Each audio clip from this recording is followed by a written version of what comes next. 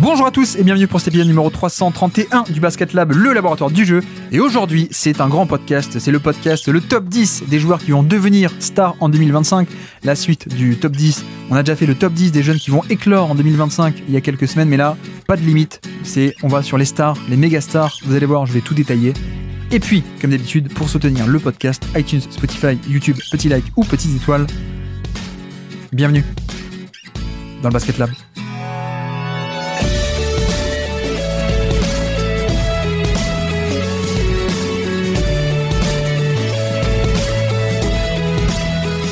Les 10 joueurs qui vont devenir stars en 2025. Donc, aujourd'hui, c'est la suite d'un podcast qu'on a déjà fait il y a quelques semaines avec Baptiste. Souvenez-vous, on avait fait un peu les 10 joueurs qui vont éclore en 2025, mais c'était sur des profils très, je dirais pas non plus underground, non plus, on n'est pas sur des joueurs hipsters, mais c'était des joueurs qui n'étaient pas encore confirmés, pas du tout établis en NBA. C'était des Julian Strawther, c'était des Peyton Watson, c'était des mecs comme ça, des Nikola Jovic, etc., etc. Je peux vous renvoyer vers cet épisode si ça vous intéresse. Et donc, je me suis dit, pourquoi pas faire la suite et pourquoi pas faire un deuxième format avec la même chose, mais sans aucune restriction. Et sans se dire, mais non, celui-ci est déjà trop établi en NBA, déjà trop confirmé, donc ça passe pas, il ne passe pas notre fameuse draft des bourgeons. Aujourd'hui, c'est pas des bourgeons. Aujourd'hui, on va... Alors, j'ai pas de nom, mine de rien, je sais pas ce qu'on pourrait dire, la draft des gros fruits, la draft des arbres vénérables, je ne sais pas. Mais en gros, aujourd'hui, l'idée, c'est de parler de 10 noms, 10 joueurs sur lesquels j'ai envie de parier pour... finalement, ils vont devenir stars en 2025, ou alors, s'ils le sont déjà, ils vont devenir superstars. Voilà, c'est un peu ça l'idée, c'est-à-dire que dans la théorie, nous n'avons aucune restriction, et donc, si j'ai envie de drafter, alors c'est pas le cas, mais par exemple, si j'ai envie de drafter Donovan Mitchell, qui est déjà un All-NBA, mais de dire, en l'occurrence, lui, je le prends parce que je pense qu'il va passer de All-NBA à top 10, top 5 NBA niveau MVP, je peux. Voilà, aujourd'hui, c'est un peu ça l'idée, donc on va avoir plusieurs niveaux de stars différentes, mais c'est un peu l'idée de parier sur des mecs qui pourraient ou qui vont exploser en 2025. On a pas mal de cas intéressants, vous allez voir. Et puis c'est vrai que, petite confidence également, on avait enregistré l'épisode avec FD de QBasket, bien entendu, que vous connaissez, FD de l'Hebdo aussi, bien entendu. Malheureusement, on a eu des problèmes d'enregistrement. Pour une fois, ça m'arrive jamais, mais il était en partage de connexion, donc le backup n'a pas marché. Bref, plein de problèmes. Donc on n'a pas pu sortir, je ne peux pas sortir l'épisode avec lui, qui est totalement inutilisable, parce qu'on n'a pas, j'ai pas la piste, concrètement. Mais FD, voilà, aujourd'hui je fais un peu le top 10 un peu tout seul, du coup, assez rapidement. Et puis la prochaine fois qu'il passe dans l'hebdo, comme ça, FD pourra nous donner son top 5, puisqu'en plus, il avait des joueurs qui étaient un peu différents des miens. Donc voilà, on verra ça avec FD la prochaine fois qu'il vient sur le Basket Lab très bientôt. Ce qui me permet d'ailleurs de confirmer que l'hebdo, on va recommencer l'hebdo cette année, cette saison, évidemment. Bref, allons-y, les 10 joueurs qui vont devenir stars en 2025, qui est-ce que je vais drafter? La draft, ça va pas être forcément tout en haut les mecs les plus forts, c'est un peu la draft les joueurs que j'aime bien, grosso modo il n'y a pas d'ordre particulier, mais c'est un peu 10 joueurs sur lesquels j'ai envie de parier pour une prise de pouvoir, pour une explosion en tant que star ou en tant que superstar pour l'an prochain. Peut-être avant de passer à mon top 10, peut-être énumérer quelques noms qui n'ont pas passé le cut chez moi. Sans doute que le premier dont il faut parler, ce serait sans doute Alperen Sengun. Et oui, Sengun, que j'adore, n'a pas passé le cap dans ce top 10. Pourquoi ? En vérité, je redoute un peu un aspect il ne va toujours pas être au centre du projet. Voilà, assez clairement, c'est un peu ça l'idée. C'est-à-dire que moi, j'aime beaucoup, beaucoup, beaucoup le joueur et un peu le potentiel. Après, d'une part, dans son prisme un peu individuel, c'est vrai que, par exemple, sur tout ce qui est création pure, il y a des flashs au poste bas, il y a des moves extraordinaires, il y a des highlights extraordinaires, on est d'accord. Mais en revanche, c'est vrai qu'on est tout de même pas sur un joueur qui est génial. Déjà, en termes d'efficacité générale, c'est pas top. On est au niveau de la moyenne, voire même un peu en dessous. Donc, on n'est pas, c'est pas non plus une superstar cachée qui est pas utilisée. Premièrement. Deuxièmement, sur des stats un peu plus, notamment production sur du scoring pur, sur de la création pure, on voit que c'est pas tant que ça si intéressant pour l'instant. C'est-à-dire que, il y a des jolis highlights au poste bas, mais c'est pas non plus à folie. En termes d'efficacité, je crois qu'on est autour des 0,80 points par possession. Donc, c'est-à-dire autour du 30e centile, à peine mieux que 30% des joueurs NBA en termes de création poste bas. Isolation, c'est un peu pareil. Donc voilà, il y a un peu, premier aspect, son prisme individuel où il n'a pas encore explosé. Donc là, vous allez me dire, pourquoi est-ce que tu l'as pas pris ? En plus, si tu y crois. Deuxièmement, c'est un peu l'aspect principal, c'est que je ne pense pas qu'il va être au centre du projet. Je suis pas sûr qu'il soit optimisé, donc je ne le mets pas dans mon top 10 parce que je suis pas sûr que ce soit maintenant l'année où il va exploser. J'aimerais énormément me tromper et qu'on ait enfin une explosion un peu individuelle. En l'occurrence, je miserais plutôt un peu sur l'aspect de on va continuer un peu comme ça avec beaucoup de porteurs de balles, beaucoup de répartition, création offensive un peu répartie un peu partout. Donc j'ai pas forcément Sengun dans le top 10, mais bon voilà, en plus même pas besoin de l'inclure dans le top 10. Vous connaissez, on a déjà parlé beaucoup sur le Basket Lab, vous savez ce que je pense de lui. Donc pas besoin d'en refaire beaucoup, mais voilà, c'est un peu l'idée. D'ailleurs, tant qu'on est un peu à Houston, je n'ai pas Jabari Smith non plus, mais il aurait pu y être, il aurait pu y être assez clairement Jabari Smith. Pourquoi est-ce que je l'ai pas? C'est parce que je pense que déjà la version qu'on a défensive, elle est très forte, vraiment très très forte, je trouve. Et en gros, le step-up pour lui, à mon avis, c'est soit un step-up sur la défense off-ball, non pas on-ball face au ballon en termes de switch, etc., mais off-ball. Et là, j'ai un peu de doute, parce que c'est pas trop son profil, c'est pas trop son truc, tout ce qui est volume off-ball, protection de panier en deuxième rideau, ce genre de choses, ça paraît pas évident. D'ailleurs, c'est un peu ce qu'on disait à la draft, c'est-à-dire que bah ouais, c'est hyper intéressant le profil physico-athlétique en défense on-ball, mais pas trop off-ball, donc à moins qu'on ait un énorme step-up d'un coup, il y a l'aspect cérébral, d'un coup il y a l'aspect de protection de panier de haut niveau qui va venir. Je pense pas que ça vienne de suite. Et deuxièmement, l'autre aspect où on pourrait avoir un step-up, par quoi ça pourrait passer, c'est par en fait plus de création offensive. Et là encore, je pense que ça peut venir, mais je suis pas sûr que ça vienne de suite. Voilà, je pense que ça peut venir à terme avec plus de dribbles, plus d'attaque du panier plutôt que simplement un peu de pull-up. C'est un peu ce qui manque, c'est ça. Mais je suis pas sûr que ça vienne de suite. Et puis le passing n'est pas là non plus, mais ça peut venir, mais sur du moyen voire long terme, ce genre de passing de création. Donc j'ai pas de Jabari Smith, pas pour l'an prochain, en tout cas pas pour 2025. Je n'ai pas non plus Franz Wagner. Wagner n'est pas dans ce top 10 non plus. Je sais que, bon, là encore, on parle de noms, on a déjà parlé de tous ces noms un peu dans le top 100. Si ça vous intéresse d'avoir un peu plus de détails, d'aller chercher des extraits, la chaîne YouTube extrait, la chaîne podcast extrait, vous tapez Franz Wagner, vous aurez un peu le topo qu'on a fait sur lui, soit pendant le top 100, soit pendant le bilan. Mais c'est vrai que je suis un peu plus bas que la moyenne, peut-être sur Franz Wagner, en tout cas que un certain consensus qu'il voit déjà très fort, ou qui lui projette un potentiel très très fort. Personnellement, je pense qu'on a déjà affaire à un joueur qui est fort, très fort. S'il y a une explosion à plus haut niveau, ça passera sans doute par un truc, soit un peu de pull-up en plus. Son jump shot a été un peu en panne cette année, mais même si ça revient à des standards un peu plus acceptables, voire même très bons, comme on a eu en 2023 par exemple, je suis pas sûr qu'il y ait à ce point du pull-up de haut niveau. Donc si ça arrive, je serais totalement surpris. Ça sortirait un peu de nulle part. Ou alors, le step-up, ce serait aussi ce qu'il fait déjà bien, il le fait encore mieux. C'est-à-dire devenir non pas très bon, mais carrément élite en termes de drive. J'y crois pas forcément, en tout cas pas à court terme, donc j'ai pas forcément Franz Wagner dans cette liste pour l'instant. Tiens, un autre nom que j'ai pas. J'ai hésité à le mettre, j'aurais pu le mettre. Jarrett Allen.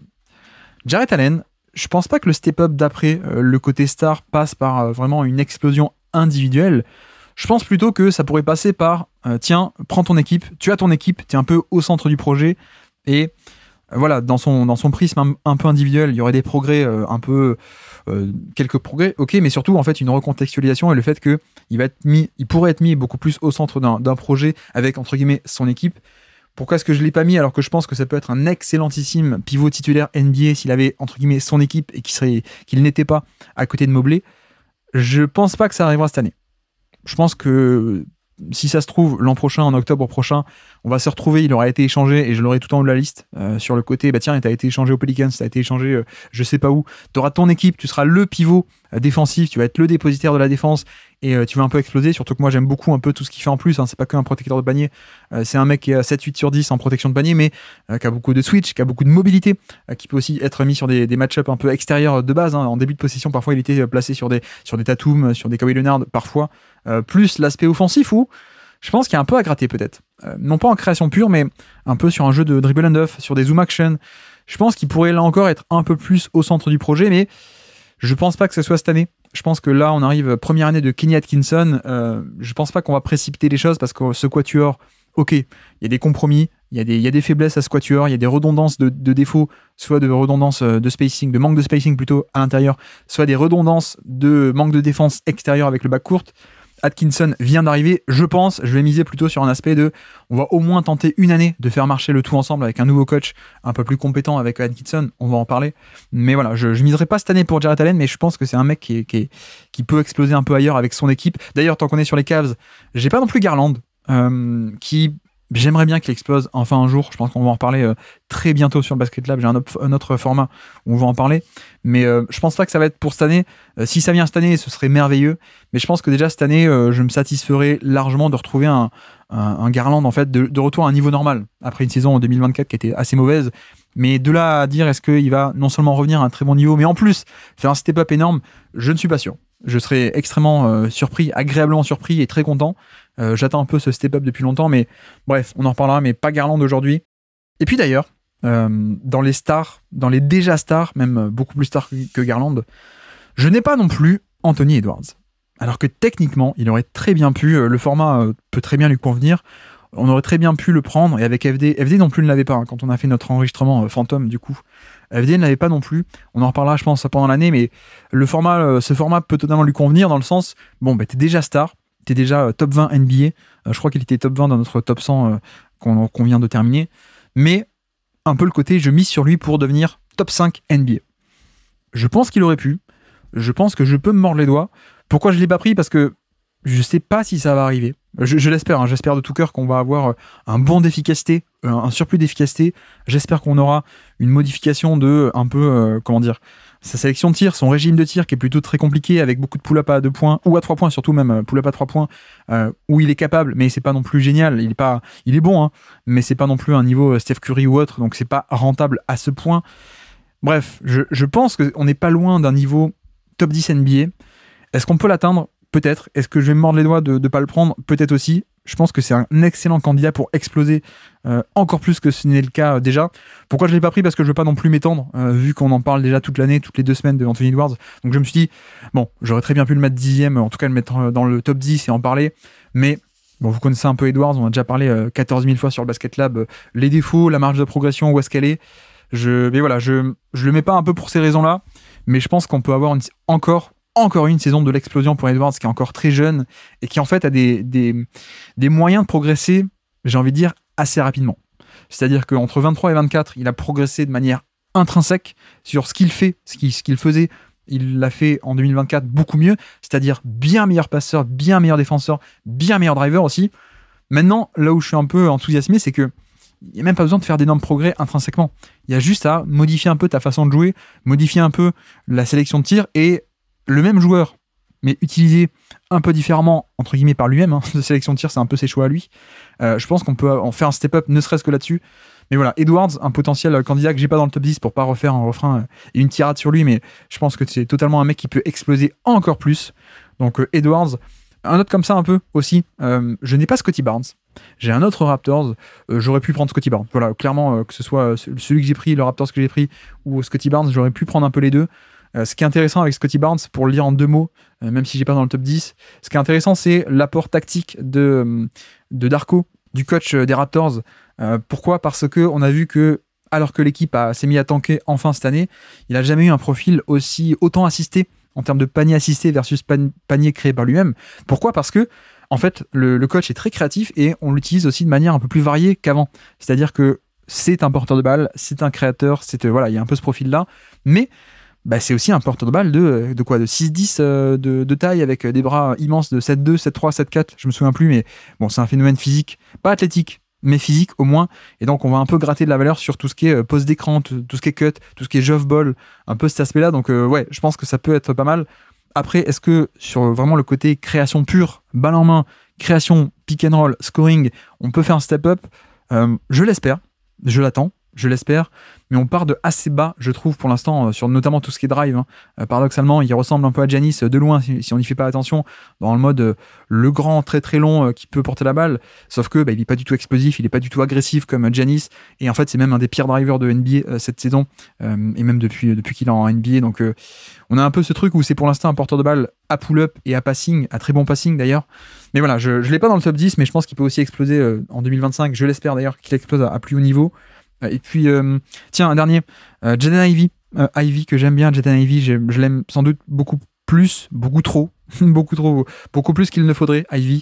Il y a des défauts qui sont assez évidents et en tout cas un plafond plus bas que dans certains cas. Voilà, par exemple, la comparaison facile, c'est Ja Morant. Je pense qu'on est un peu loin de ça en termes de Q-basket. Ja Morant, c'est vraiment l'élite de l'élite. Hein. En tout cas, par rapport au Command des Mortels, c'est pas l'élite, genre, il est au niveau de Luka Doncic, non. Mais c'est quand même un niveau d'instinct, de cérébral, de passing très au-dessus, je trouve, Ja Morant. Et surtout, c'est un niveau de dribble et de capacité à dribbler en mouvement qui est absolument incroyable. Ivy, il n'y a pas ça. Il n'y a peut-être pas ça à un aussi haut niveau dans les deux domaines. Et surtout, non, pardon, j'ai oublié un truc. Ja Morant, c'est pas que explosivité, c'est le toucher de balle. Vraiment, il y a un combo explosivité et toucher de balle qui font que, bah ouais, il fait le drive et à la fin, il le finit en fait. Je caricature un peu, mais c'est un peu l'idée. Avec Ivy, le potentiel est un peu limité pour moi parce qu'il y a du toucher de balle un peu limité. Il y a beaucoup moins de doigté, de précision pure sur de la finition au panier, sur du jump shot. Donc, il n'y a pas ce capital de base, ce capital de toucher autant que Ja Morant. Donc, bah, finalement, je pense qu'il y a un plafond un peu plus bas. Mais, mine de rien, j'adore l'explosivité, j'adore le dribble, pas encore totalement toujours fonctionnel, mais je pense que ça peut venir. Il y a un aspect aussi où il n'est pas du tout agressif pour attaquer en fin de drive, pour attaquer le contact. C'est un peu dommage, mais je pense que ça peut venir avec le temps. Il y a aussi un aspect de... Il est très très explosif sur le plan horizontal, c'est-à-dire que c'est un des meilleurs premiers pas de NBA en termes d'explosivité au démarrage, ok, mais ça décolle pas très haut, il est pas très explosif verticalement en fin de drive. C'est un peu dommage, et ça pour le coup ça va pas trop bouger. Mais en fait ce que j'aime bien c'est donc déjà ce côté premier pas explosif, le côté driver, le côté plus de spacing cette année, et puis mine de rien, c'est pas du tout la caricature un peu du poulet sans tête ou du mec du tout droit. Voilà, un peu, je sais pas moi, si vous prenez Andrew Wiggins à l'époque, ok, hyper explosif, profil physico-athlétique explosif, mais bon, voilà, c'était un peu un tout droit, quoi, Wiggins, à ses débuts, et même encore aujourd'hui. Je trouve qu'avec Ivy, on a aussi une certaine capacité un peu à ralentir le jeu en fin de drive. Il y a des footwork, des lay-up, des doubles pas, beaucoup plus créatifs que ce qu'on pourrait croire de le tout droit, un peu le Westbrook aussi des mauvais jours, qui va explosif au panier, qui finit un peu hors de contrôle. Je trouve qu'avec Ivy, on a aussi une capacité à rester un peu sous contrôle. Il n'y a pas, comme dit, il n'y a pas la verticalité, il n'y a pas attaquer le contact, mais il y a quand même un aspect un peu plus sous contrôle en fin de drive avec des doubles pas un peu plus créatifs pour aller dans les petits espaces à droite, à gauche. Et puis le passing, où on n'a pas un passing de très très haut niveau non plus, mais on a quand même des lectures un peu plus avancées que juste les basiques, quoi. C'est pas le poulet sans tête, c'est pas le Uber explosif qui finit hors de contrôle et qui fait des pertes de balles ou qui fait des mauvaises lectures. Je pense qu'il y a pas mal de bonnes lectures aussi. Donc voilà, Ivy j'aime bien, mais bon, j'ai déjà fait un petit refrain, mais voilà, FD l'avait notamment dans sa liste, donc il nous en parlera quand il viendra sur l'hebdo. On développera un peu plus là-dessus. Et tant qu'on est sur Détroit, Cade Cunningham aussi et Paolo Banchero, que je n'ai pas sur cette liste, que j'aurais pu avoir. Je ne les ai pas. En l'occurrence, si je devais parier sur un plutôt que l'autre, ce serait plutôt sur Cade, pour le coup. Je m'attends vraiment à avoir un petit step-up niveau Cade, parce qu'il y aura plus de spacing cette année. Encore une fois, je ne vais pas refaire le refrain, mais je pense que quand on dit qu'il est inefficace, il n'est pas bon parce que le contexte autour est dégueulasse, je pense que c'est un peu exagéré. Il y a aussi, je pense qu'on sous-estime, les gens sous-estiment beaucoup à quel point le jeu, le profil de tir, il est aussi lié aux joueurs et pas que au contexte. Et je ne dis pas que le contexte n'affecte pas du tout, mais il y a aussi un élément assez intrinsèque chez le joueur. Donc, je dis pas que le nouveau contexte va tout changer. Moi, je pense pas que ça va faire noir et blanc, mais ça peut aider. Ça peut largement aider, notamment sur tout ce qui est passing, en fait. Autant sur le scoring, bon, ça va dépendre surtout du joueur, même s'il y aura des lignes de drive plus ouvertes que d'habitude, mais bref, niveau passing, ça va beaucoup aider, et surtout, donc, j'espère que lui va aussi évoluer. C'est pas que l'aspect il y aura plus d'espace, le contexte sera mieux. J'espère aussi que lui va évoluer. Il est encore très jeune, c'est un talent pur assez dingue.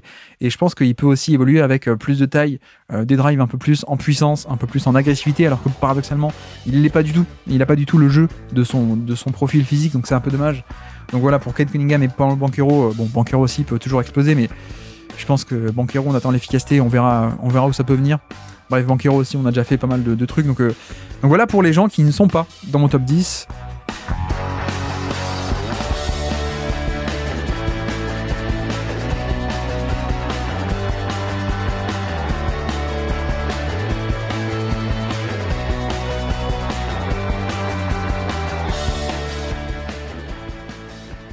Et donc, je peux attaquer le top 10 rapidement. En 10e position, de ce top 10 des stars qui vont exploser et qui vont devenir stars en 2025, j'ai pris 10e Devin Vassell. Donc Devin Vassell, l'arrière que vous connaissez des Spurs, évidemment. Et je pense que, j'ai envie de miser sur lui parce que je pense qu'on est sur une dynamique de progression hyper intéressante.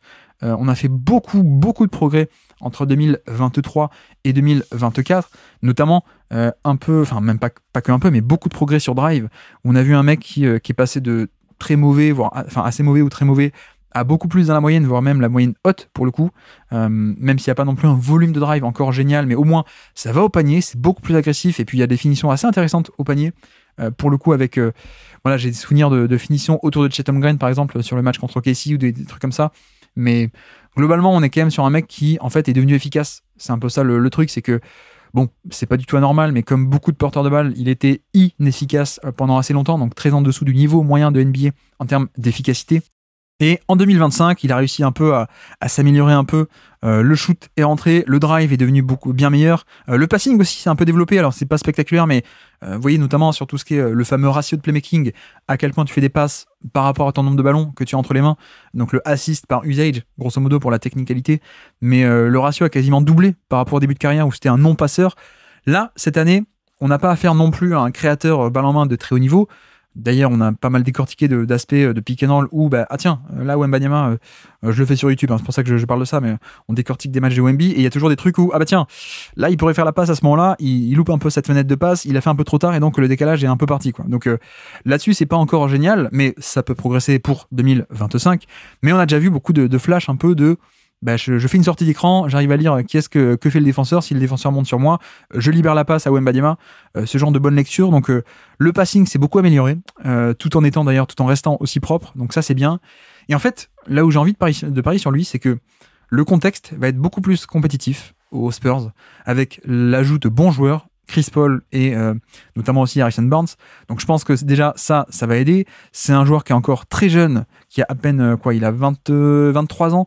Actuellement, non, il vient d'avoir 24, mais voilà, il y a cette dynamique de progression effective qui va être beaucoup plus compétent, notamment aussi je m'attends que l'efficacité se maintienne, voire même augmente en fait, parce que je pense qu'il va avoir aussi pas mal d'opportunités sans doute un peu plus faciles avec un Chris Paul à côté qui peut te donner des ballons plus faciles pour des paniers assistés, forcément ça peut aider, mais ce qui m'intéresse c'est que en fait, pour moi il a déjà un peu passé le test en 2024 de ok, t'étais intéressant, tu l'étais pas tant que ça jusqu'ici, je trouve, un peu comme beaucoup, hein, beaucoup de jeunes porteurs de balles inefficaces, tu dis ok, je vois le potentiel, mais pour l'instant, de facto, c'est pas encore rentable, c'est pas encore intéressant.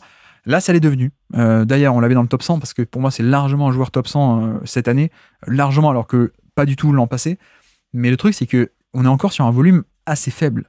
On était à peine sur 22-23% d'usage en 2024, ce qui est, si vous ne connaissez pas un peu l'échelle de l'usage, on va dire que 30%, c'est la barre symbolique des gros usages de NBA, des volumes de stars.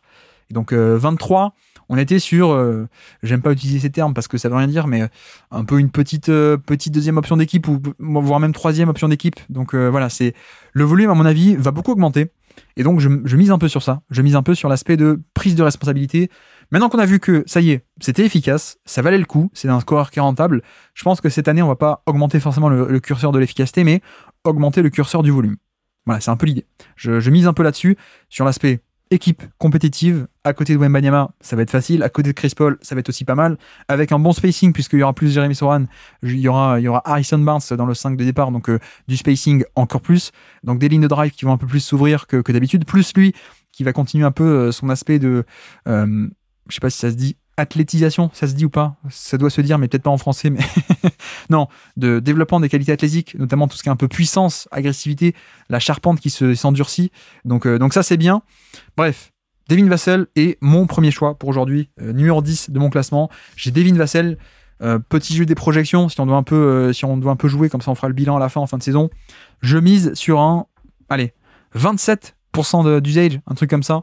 Au niveau de l'efficacité, il était pile au niveau moyen de NBA l'an passé, donc True Shooting Plus, il était à 100, qui est donc la moyenne. Hein, la moyenne est fixée à 100, donc 100, ça veut dire que plus 0% par rapport à 100, par rapport à la moyenne. Donc bref, je m'attends un peu à... Allez, on va miser 27%, 27, 28, un truc comme ça, et plus 2, plus 3%, ce serait quand même une explosion hyper agréable de Devin Vassell avec, je sais pas si vous voulez des chiffres bruts, je sais pas combien on pourrait dire, mais il était à quoi cette année? Il était autour des 20 points par match, je crois, ouais, il était à 20.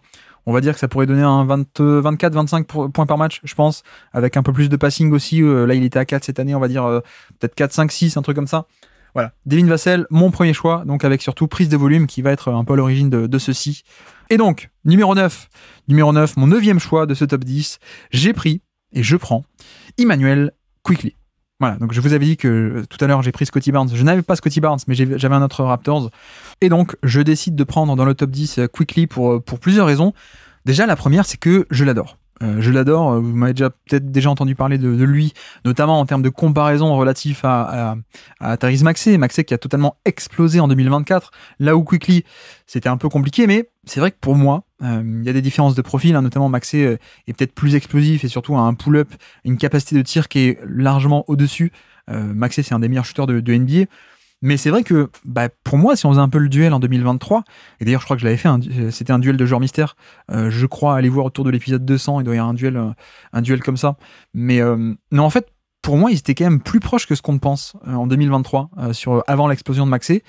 Et le problème, c'est qu'en 2024, il y en a un qui est parti dans un sens, et le deuxième qui est parti dans l'autre sens. C'est-à-dire que Maxey, il a explosé totalement, et de l'autre côté, Quickley, qui avait fait une saison au Knicks qui était géniale, finalement, il a été relégué un peu sur un temps de jeu inférieur. Pourquoi ? Parce que les Knicks commençaient un peu à passer à autre chose, situation contractuelle, etc. En plus, ils l'ont échangé.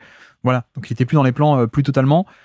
Et en fait, je m'accroche un peu à cette idée du profil, qui est un profil hyper intéressant en termes de création offensive. On avait affaire au Knicks à quelqu'un qui était d'ailleurs un calibre top 100. On avait dans le top 100 en 2023, mais qui était un mec qui pouvait un peu tout faire, c'est-à-dire pas le même niveau de shoot que Maxey, donc pas du tout un shooter d'élite, mais un bon, voire très bon shooter, qui peut jouer à la fois balle en main, mais aussi à côté d'autres titulaires. C'est un peu la force de son profil, je trouve, c'est que on avait un peu cette dualité avec ballon et sans ballon, et même sur la création offensive, donc même pas que sur le côté catch and shoot, mais même sur la création offensive, je trouve que c'est aussi quelqu'un qui avait un certain dynamisme avec la balle, qui était vraiment de très bon niveau en fait. C'est-à-dire que, c'était pas un peu la caricature du Lou Williams, du shooter, du croqueur micro-ondes en sortie de banc, le puncher en sortie de banc. C'était pas ça, quoi. Il y avait aussi, déjà, une efficacité qui était assez admirable sur cette création balle en main, mais on avait aussi un profil plus polyvalent avec de la sortie d'écran, avec du off-ball, avec ce genre de choses. Donc, ça, j'aime beaucoup. Et puis, en plus, là où je mise un peu sur une explosion, c'est que, apparemment, il va être, si on se fie un peu à la fin de saison 2024, c'est que il va être placé au centre du projet en termes de meneur. C'est-à-dire que pour l'instant, c'était un peu un profil hybride, on va dire, qui est à la fois créateur, à la fois finisseur, qui était un peu entre deux, de très bon niveau, mais un peu entre deux. Et en fait, là, il va être placé, en tout cas, il a été placé fin 2024 en tant que meneur pass first. Là encore, on a déjà discuté dans les bilans 2024 des Raptors ou dans le top 100 si ça vous intéresse. Je vais pas refaire tout le refrain, mais il y a un peu cette idée où il n'y a pas forcément besoin d'avoir un meneur gestionnaire un peu à l'ancienne, qui peut gérer la boutique, qui annonce tous les systèmes, etc. Je pense que Quickley, on est plus sur un playmaker, mais qui de facto va remonter le ballon, va avoir toutes les responsabilités, en tout cas beaucoup de responsabilités, et donc un peu cette utilisation en tant que meneur, entre guillemets. Donc déjà rien que sur ça, je pense que le volume va exploser comparé à ce qu'on a connu au Knicks. D'ailleurs, il a déjà un peu explosé sur ce qu'on a vu sur la demi-saison aux Raptors. Il fait quasiment 40 matchs à 33 minutes de jeu par match. Il finit avec 18 points par match en moyenne et plus de quasiment 7 assists. Voilà, je m'attends un peu à un truc du genre. Et en fait, je m'attends surtout à ce que le volume continue à augmenter et qu'on ait aussi une hausse d'efficacité parce que l'an passé, on avait un peu, alors sur la période de Toronto, à Toronto, on avait un peu le flotteur qui était en panne, le côté flotteur, mais donc ça avait un peu limité le jeu en général, l'efficacité générale et le drive notamment. On avait quelqu'un qui sur la période Raptors était moins 3% par rapport à la moyenne en termes d'efficacité. C'est pas top, alors que l'année d'avant, c'était quelqu'un qui était au niveau moyen de NBA. Donc je mise un peu sur lui parce que j'aime beaucoup. J'aime vraiment beaucoup le profil de scoreur. J'aime aussi le profil un peu, non pas meneur pass first ou meneur gestionnaire génial ou annonceur de système, etc., le général de terrain, mais c'est un très bon playmaker. Et là encore, on en discutait avec Scottie Barnes, mais la créativité tactique de Toronto m'intéresse beaucoup, donc j'ai hâte de voir. J'ai envie de parier sur lui. J'ai envie de parier sur lui pour une grosse saison. On va dire quoi ? On va dire, alors attendez que je retrouve un peu les chiffres qu'il avait cette année, en 2024 à Toronto. On avait un gros boost d'usage déjà. On était à 26% d'usage sur Cleaning the Glass. Je mise sur un, 29-30%, je pense, parce que équipe de tanking, je pense, donc va y avoir de la place, on va lui donner tous les pleins pouvoirs. Donc on va dire 29-30% d'usage avec le même une efficacité qui va être, si on avait 100 de true shooting plus, ou alors plus 1%, plus 2%, ça pourrait être pas mal. Je mise un peu sur ce genre d'explosion avec un 3 points à haut volume en termes de en termes de quantité, hein, de fréquence, je veux dire, un truc beaucoup de 3 points, et j'espère aussi un peu le développement du drive. Le drive, il y a beaucoup de flotteurs, il y a beaucoup de tirs, non pas sous le panier, mais un peu autour du panier, la zone des flotteurs. J'aimerais bien qu'on arrive à aller jusqu'au panier, donc là, ça va être un peu le job de Darko, hein, le coach de Raptors, d'arriver à libérer totalement ces lignes de drive, ligne de drive où c'est pas un driver implacable, donc il faut un peu l'aider, on va dire. Mais c'est un mec qui, voilà, il a pas l'explosivité de Maxey, mais c'est un mec hyper long, beaucoup plus long d'ailleurs, beaucoup plus grand et long que Maxey, mais beaucoup plus fluide aussi. Donc ça, j'aime bien. Et puis, si on pouvait aussi gratter un peu en termes de provocation de faute, ça serait pas mal. Donc voilà, 9e, Immanuel Quickley, pour ces joueurs qui peuvent devenir stars en 2025. Et si il est au All-Star Game en 2025, je serais surpris, je ne serais pas choqué. Non pas qu'il sera de calibre top 25, top 24 NBA, hein, je pense pas, mais bon, on est à l'Est. L'Est, parfois, c'est un peu plus facile. D'ailleurs, Scottie Barnes l'a été l'an passé. Voilà, je serais peut-être un peu agréablement surpris. On n'est pas sur le scénario probable non plus, mais je pense qu'il y a un monde où il peut exploser comme ça, avec prise de responsabilité et puis la polyvalence de son profil. Donc 9e, Immanuel Quickley.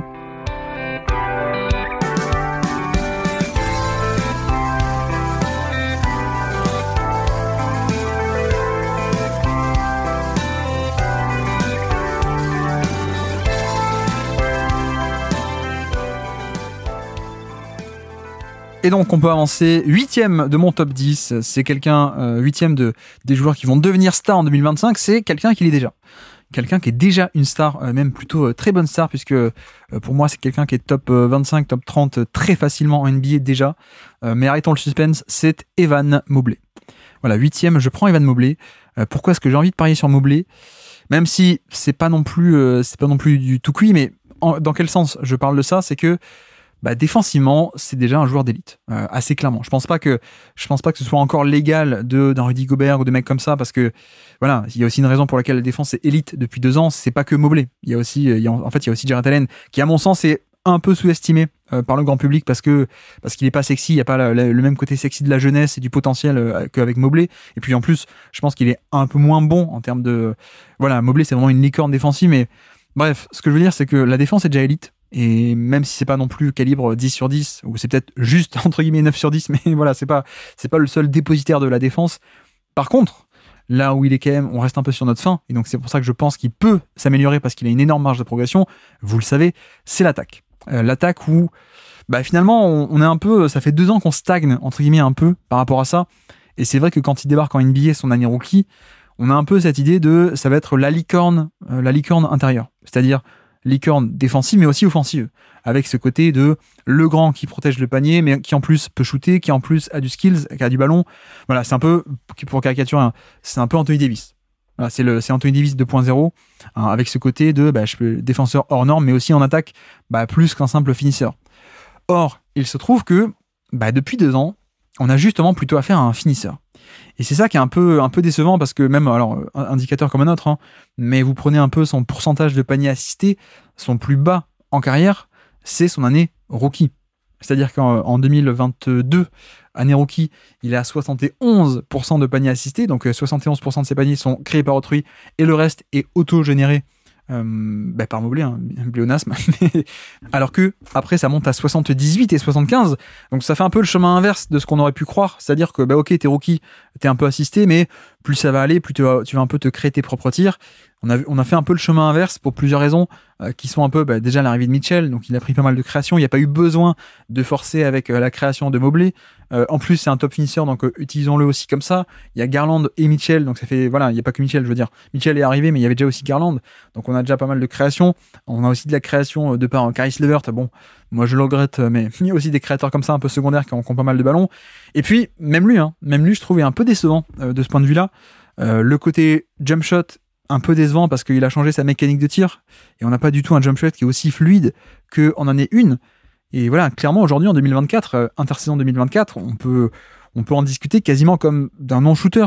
J'exagère un peu, mais on a un peu cette idée, alors que souvenez-vous, son année rookie, il y a quand même des promesses de plus, quoi. Il y a des promesses de pick and pop, il y a des promesses de d'un jeu plus complet. Et alors pourquoi est-ce que malgré toutes ces limites qu'on a vues et cette stagnation qu'on a depuis 2 ans, pourquoi j'ai envie de miser sur lui ? Parce que déjà très jeune, parce que aussi, vous le savez, on a eu des flashs de création à plus haut volume en fin d'année passée.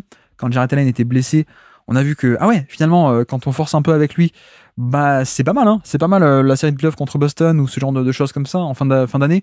On a vu que bah, ça peut aller au post-up, ça peut faire du jeu de main à main, un dribble and off dans le périmètre, ça peut créer sur du drive un peu. Voilà, c'est pas parfait. Et je pense pas qu'on aura jamais un chapeau 1. Mais pour prendre un peu l'exemple d'Anthony Davis, on va dire que c'est le plafond haut, Anthony Davis. Hein. Mais Davis non plus, c'est pas un chapeau 1 de créateur superstar NBA. Davis, c'est peut-être le chapeau 2, mais c'est pas un initiateur d'attaque à haut volume. C'est un mec qui peut créer et qui, relatif au standard de défenseur d'élite, est une superstar de la création offensive. Ok, mais ça crée moins et moins bien que LeBron, que Doncic, que voilà, ce genre de créateur chapeau 1, on va dire.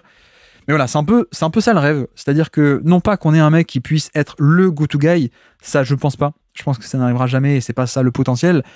Mais si on pouvait un peu tendre et se rapprocher de ce qu'est Anthony Davis, c'est-à-dire, bah mine de rien, quand même un mec qui a un certain volume, pas de la création pure, mais qui a quand même un peu de création, qui a quand même 4 ou 5 post-up par match, qui a quand même, voilà, qui est pas juste 80% de panier assisté comme actuellement un peu Mobley, bah ça pourrait être bien, quoi. Et comme dit, on a vu aussi que les promesses de fin de saison étaient pas mal. C'est pas non plus, voilà, on a toujours une charpente très très fine, donc ça va pas être je vais aller bully au poste bas, j'ai plein de moves comme ça, mais c'est plutôt un aspect de, il y a du dribble, qui est pas parfait, mais il y a du dribble, donc le fait qu'il soit grand et long fait que un peu de dribble plus ses centimètres, on a du drive, un peu de drive, on a aussi au poste bas, il peut passer autour des obstacles, et à défaut d'aller à travers, c'est-à-dire que bah ouais, c'était défendu par, alors je sais plus qui c'était en playoff, mais Al Horford, bon ben ok, ça va pas faire coup d'épaule, drop step parfait avec un footwork impeccable, mais c'est tellement grand et tellement long que ça peut un peu passer à travers ou au-dessus, pardon, pas à travers, autour ou au-dessus, pour étendre son bras, passer autour et puis aller chercher un layup. Donc je pense qu'on a déjà vu des flashs qui étaient vraiment pas mal, dans pas mal de spacing, on a vu des flashs pas mal.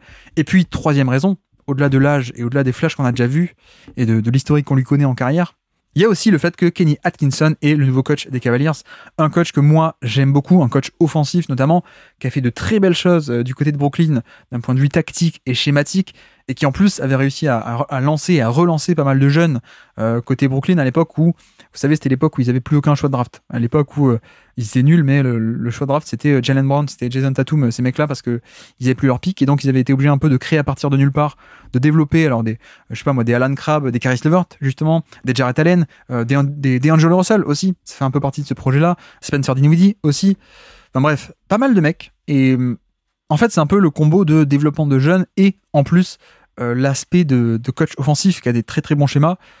J'ai envie de miser sur lui, sur le fait que bon, bah ok, même si t'évolues pas, tu resteras pour moi un mec qui est aux portes du top 20 de NBA assez nettement, parce que la défense est à ce point fabuleuse, ok.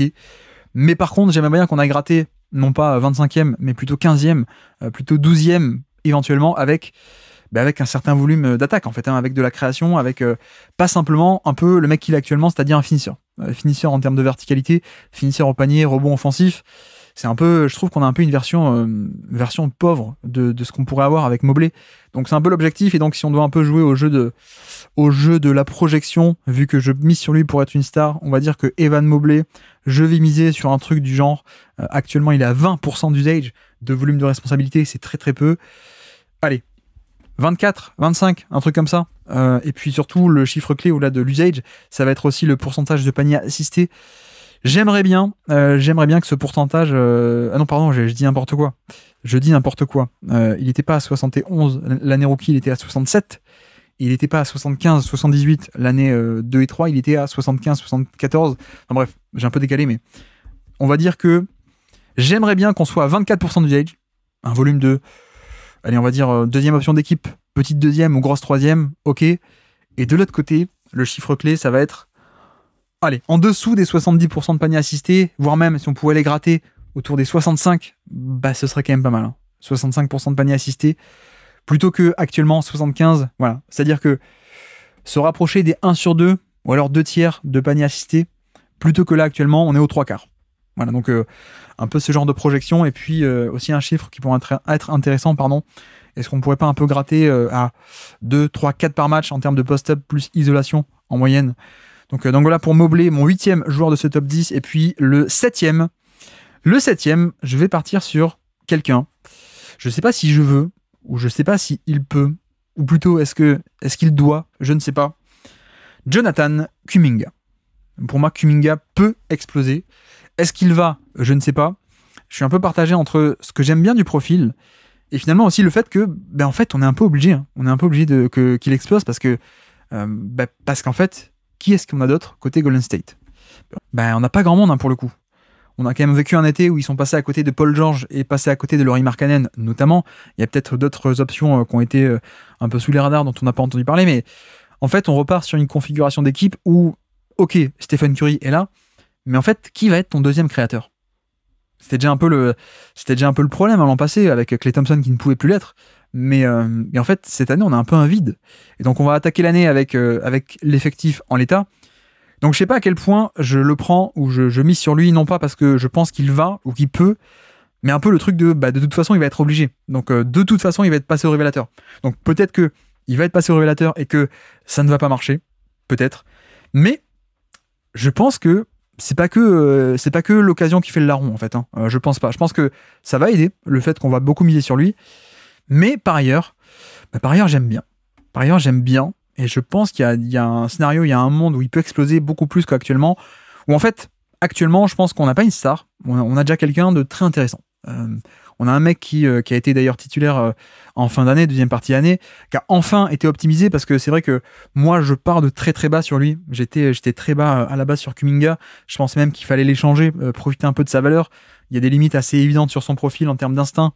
Ça va pas venir, a priori, ça va pas venir d'un coup de manière énorme.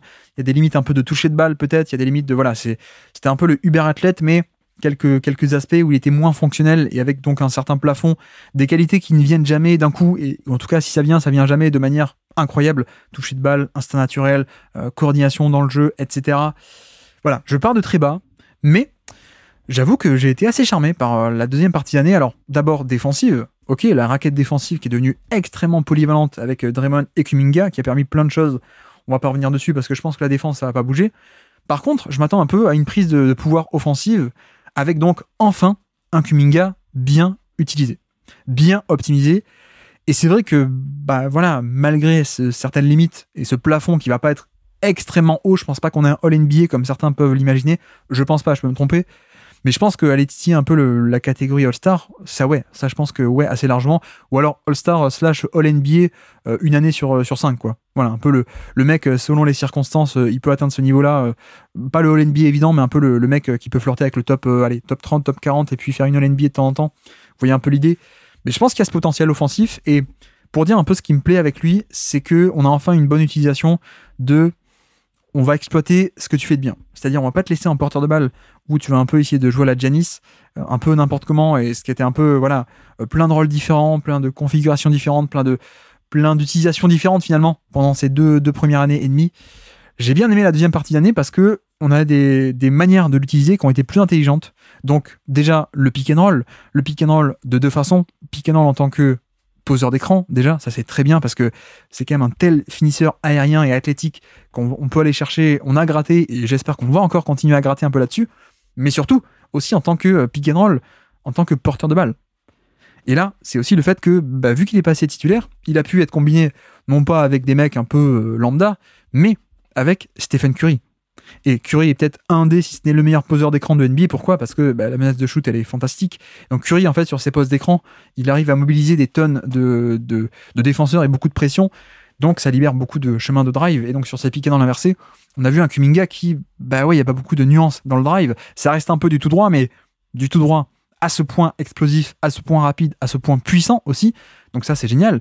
Et puis, si tu le combines avec un Curry qui va créer un gros décalage sur l'écran, d'une façon ou d'une autre, à un endroit de l'écran ou à un autre, ça peut largement faciliter la vie, quoi. En fait, il n'y a pas besoin qu'il y ait un énorme décalage pour Kuminga, vu à quel point tu lui en donnes un petit, et le drive et la capacité à aller au panier, elle est à ce point intéressante en termes d'explosivité, de vitesse, de puissance dans la finition, que ça peut être pas mal. Donc, c'est un peu tout ça. Et puis, j'aime bien aussi l'aspect d'utilisation en finisseur aussi. Mais en finisseur, non pas avec la seconde unité, aussi avec les titulaires. On a vu que c'était pas mal. Mais c'est un mec qui est génial en transition. C'était un peu un secret des Warriors sur la deuxième partie de l'année. C'est le retour de l'attaque, de la contre-attaque, qui a fait beaucoup de bien, qui a apporté beaucoup de points faciles. Donc ça, c'était génial. Mais il y a aussi, notamment, l'aspect de cut. En fait, je trouve que c'est un mec qui apporte beaucoup de dynamisme, y compris sur du jeu sur demi-terrain. C'est-à-dire que c'est pas que le mec qui fait des cuts dans le dos de la défense une fois de temps en temps, c'est aussi un cutter que tu mets en mouvement et qui en fait, de par son tranchant sur les cuts et sur le mouvement, arrive aussi à apporter un dynamisme, y compris sur jeu posé, en fait. Donc ça, j'aime bien. Des tactiques assez bêtes, hein, mais par exemple, ça joue un pick and roll sur une aile, on met Kuminga sur l'autre aile, et puis en fait, le système, c'est fin de pick and roll d'un côté sur l'aile gauche, et en fait, ça va renverser le jeu très rapidement sur l'aile droite, où Kuminga se tient prêt à attaquer dès la réception du ballon, voire même en étant déjà un peu lancé quand il attrape la balle et qu'il attaque le panier. Enfin, voilà, plein de configurations comme ça où on peut attaquer dans l'espace. J'ai le souvenir aussi de parfois il est défendu par Jokic. Je sais pas trop pourquoi, mais en gros il y a des backdoors de l'espace sur ce genre de profil défensif qui défendent sur lui un peu dans le périmètre. Donc voilà, pas forcément balle en main, mais quand il est défendu par un gros, tu le mets sur l'aile et puis finalement backdoor dans le dos. Voilà, j'ai espoir. J'ai espoir parce que je me suis un peu fait au profil. Je reste un peu sur les limites, mais tout de même, il y a un package intéressant. Plus le fait que on a vu que ça a progressé déjà et que il y aura la place à Golden State. Donc de facto, il va être passé au révélateur. Peut-être que ça va se planter, mais peut-être aussi qu'on va avoir un mec qui va réussir en fait. Hein. Et donc si on reprend un peu le jeu des projections, donc notre ami Jonathan Kuminga qui a fait une demi-saison satisfaisante l'an passé, et donc en termes de chiffres moyens sur toute l'année, il était à 23% d'usage.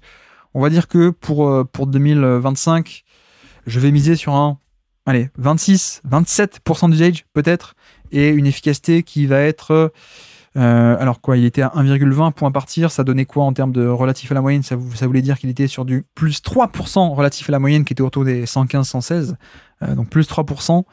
Le score était 3% plus grand que le score moyen de NBA, hein, c'est une division, on divise le score du joueur par le score moyen de NBA. Bref, je m'attends pas forcément à ce que l'efficacité explose. En revanche, de faire la même chose sur un volume qui est de 27%, ce serait déjà bien. Ce serait déjà un step-up de passé pour moi. Et donc voilà, un peu cet aspect de Kuminga qui pourrait exploser en tant que, entre guillemets, deuxième option d'équipe aux Warriors, un peu le créateur secondaire, en plus de Curry. Donc voilà pour Kuminga, mon numéro 7 de ce classement.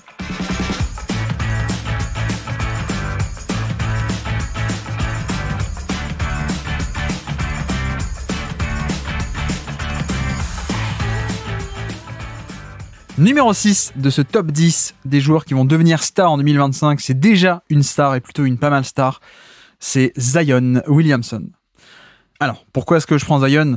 On est un peu dans la catégorie Zion, Anthony Edwards, voilà, ce genre de mec, j'en ai parlé un peu tout à l'heure avec Edwards, ce côté, c'est déjà une star, c'est déjà un top 20 NBA, mais on a le droit de miser sur lui et de dire, lui, il va passer, non pas être top 20, mais devenir top 5 NBA. C'est un peu la même chose. Je choisis de partir sur Zion plutôt que Edwards ou d'autres mecs comme ça, Mitchell, Garland ou des mecs comme ça. Je prends Zion. Pourquoi? Déjà parce qu'il est très fort. Il est très très fort.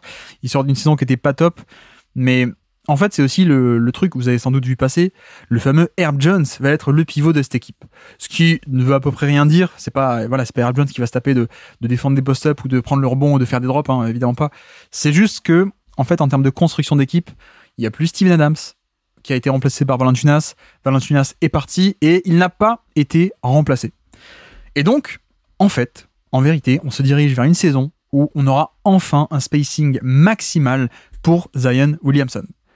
A priori, c'est un peu ça l'idée. Alors peut-être il y aura un peu de Yves Missi, le rookie Yves Missi, qui est un pivot extrêmement athlétique, qui va pouvoir un peu avoir des minutes, mais je suis assez confiant sur le fait que cette année, on aura enfin une configuration d'équipe avec pas mal de séquences de jeu et pas mal de configurations avec spacing absolu et entre guillemets soit Herb Jones en 5, soit Zion en 5, soit n'importe qui en 5, on s'en fiche, mais grosso modo spacing absolu et maximum.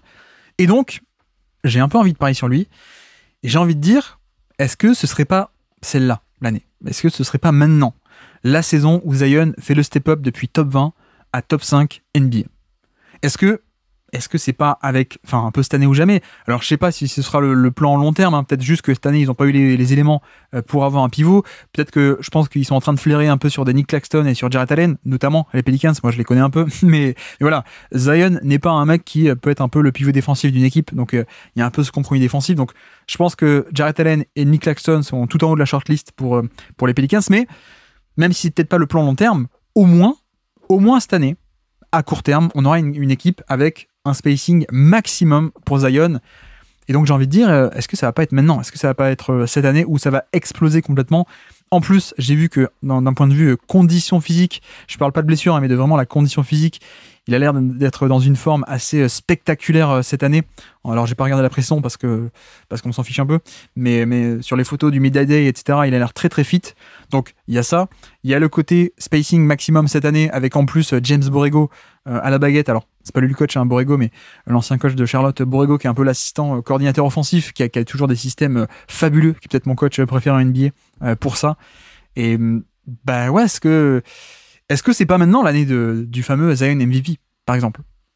On va en parler bientôt, hein, je pense, de ce sujet plus en longueur. Je vais pas non plus trop m'étaler, mais il y a un peu cet aspect où, bah voilà, Zion, il part quand même de très très haut. Donc, c'est déjà une star, c'est même déjà une superstar, je pense, mais j'ai envie de miser sur lui en fait, c'est un peu l'année ou jamais. L'année ou jamais où il va être passé révélateur sur ça. Et enfin, j'espère qu'on va pouvoir lui donner un peu les pleins pouvoirs en termes de spacing et en termes de ballon aussi. Parce que voilà, si on peut aller sur le jeu des projections. Mais clairement, on a déjà un mec qui a déjà des volumes de star. Il est déjà autour des 30% d'usage. Et qui, bon, malgré, mais si on enlève un peu l'année 2024 où il n'était pas efficace moins que d'habitude, il était à peine à plus 5% d'efficacité relative à la moyenne, à peine plus 5. Mais en fait, d'habitude, le vrai Zion, c'est plus 12, plus 13%. Voilà, donc des scores historiques d'efficacité sur de tels volumes. Donc c'est déjà un phénomène, hein, Zion, faut se rendre compte. Mais là où je parie sur lui, c'est pas sur le côté, il a fait une mauvaise année, il va revenir à ses standards d'avant. J'ai un peu envie de parier sur le step d'après. Est-ce qu'il peut faire... Alors toujours pareil, hein, je pense pas que l'efficacité elle va pas monter à plus 20, 25, plus 30% par rapport à la moyenne. Je pense pas. Mais par contre, s'il pouvait faire ça, mais plutôt que 30, avoir 34, 35, 36% d'usage, surtout celui de Cleaning the Glass, qui est un site où on ajoute aussi le passing dans le volume de responsabilité. Bah voilà, moi c'est un peu l'objectif. Hein. C'est un peu l'objectif de voir à quel point est-ce que ça peut être, et moi je pense que ça peut, je pense que totalement que ça peut, mais qu'il n'a pas encore été totalement optimisé de cette façon. Mais je pense que ça peut être le moteur principal de ton attaque. Maintenant, il n'y a plus qu'à lui filer les ballons et à voir quoi. Mais clairement, c'est un peu l'idée de, allez, tout le monde dégage, il y a un bon spacing, et je pense qu'il y a aussi un aspect qui est un peu sous-estimé chez lui, c'est que, en fait, c'est un aimant à défenseur absolument fantastique. Il a une gravité de scoreur, il a une dangerosité qui fait qu'il va créer du chaos dans des défenses et il va attirer plein de défenseurs et créer plein de décalages. Mais surtout, c'est un très bon passeur. Pas un passeur à la Luka Doncic, pas un passeur en mode porteur de balle qui a ce genre de répertoire de passe, non. Mais c'est un passeur très intuitif, très instinctif, qui fait les bons choix, qui a de bons timings sur ses passes quand il va pas un peu tête baissée au panier, mais ça peut lui arriver. Mais c'est un mec qui a de très très bons instincts de passeur et qui a un niveau de passing sans doute un peu sous-estimé. Donc j'ai envie de parier sur lui. Je parie sur lui. Est-ce que le MVP step, c'est pas pour cette année, pour Zion, avec 35% d'usage, plus 12% d'efficacité relative à la moyenne, et avec un passing non pas à, je sais pas combien il est, à 3-4 assists par match, mais qui va monter à beaucoup plus, et même sans forcément faire les assists, mais un peu le côté, c'est toi qui crée le premier décalage. Tu crées le décalage, tu fais la passe, et ensuite extra passe, on va un peu profiter de la création de décalage pour créer du jeu et pour mettre des paniers. Donc voilà, 6ème de mon top 10, pas besoin de développer trop non plus, mais j'ai envie de miser sur j'ai envie de miser sur un joueur déjà établi pour faire le next step. Je mise sur Zion dans cette année où il y aura du spacing. Et donc on peut avancer 5ème, on attaque le top 5. En numéro 5, j'ai Jalen Johnson. Jalen Johnson des Atlanta Hawks. Je mise sur lui, pourquoi ? Déjà parce que je l'adore, premièrement. Ensuite, on a l'équipe des Hawks où on a un peu viré Dejounte Murray, qui est un meneur à gros volume. Voilà, c'est un créateur, hein, Murray. Donc, on l'a retiré de l'équipe, et donc, il y aura 2 conséquences, à mon avis. C'est premièrement, on l'a viré de l'équipe pour refiler pas mal de ballons à Trae Young. Donc, une partie des responsabilités et des ballons de Dejounte Murray va revenir à nouveau à Trae Young. On va retrouver un peu la formule un peu héliocentrique, c'est-à-dire Trae Young un peu au centre de tout, avec des volumes d'utilisation énormissimes. Donc je pense que c'est un premier joueur vers qui vont se porter les ballons qu'avait Dejounte Murray jusqu'ici. Et je pense que le second, ça pourrait être Jalen Johnson. Et donc, il y a un peu ce côté opportunité de chez les Hawks où on a échangé Murray contre des mecs qui ne sont pas des gros créateurs. Donc, il n'y a pas un mec qui vient remplacer et prendre ses responsabilités de facto. Donc, il y a de la place, premièrement. Et puis, deuxièmement, en fait, c'est un mec qui peut. C'est un mec qui peut, et je pense que, là encore, alors peut-être on a déjà parlé sur le basket là, mais pour certains qui le découvrent cette année, c'est vrai qu'on a surtout affaire à un mec qui est extrêmement compétent en défense et qui en attaque était un peu le profil créateur secondaire ou même tertiaire et surtout en fait connecteur. On a eu affaire à un joueur qui était valuable parce que défense de haut niveau, mais surtout connecteur, le mec qui pose les écrans et qui est très bon sur le short roll, donc la passe, l'extra passe en sortie de pick and roll pour le poseur d'écran, qui peut faire du dribble and off, qui peut faire de l'extra passe un peu ailleurs, qui apporte du lien à une attaque. Mais c'est pas du tout un mec qui a ce profil-là de base. C'est quelqu'un qui a réussi à se réinventer en NBA. Alors, dans cette 3e année NBA pour lui en 2024, il est devenu ceci, donc défense d'élite plus ce côté connecting, c'est très bien. Mais c'est un mec qui de base a un passif de lycéen superstar. Le truc, c'est que malheureusement pour lui, ça n'a pas totalement marché du côté de Duke.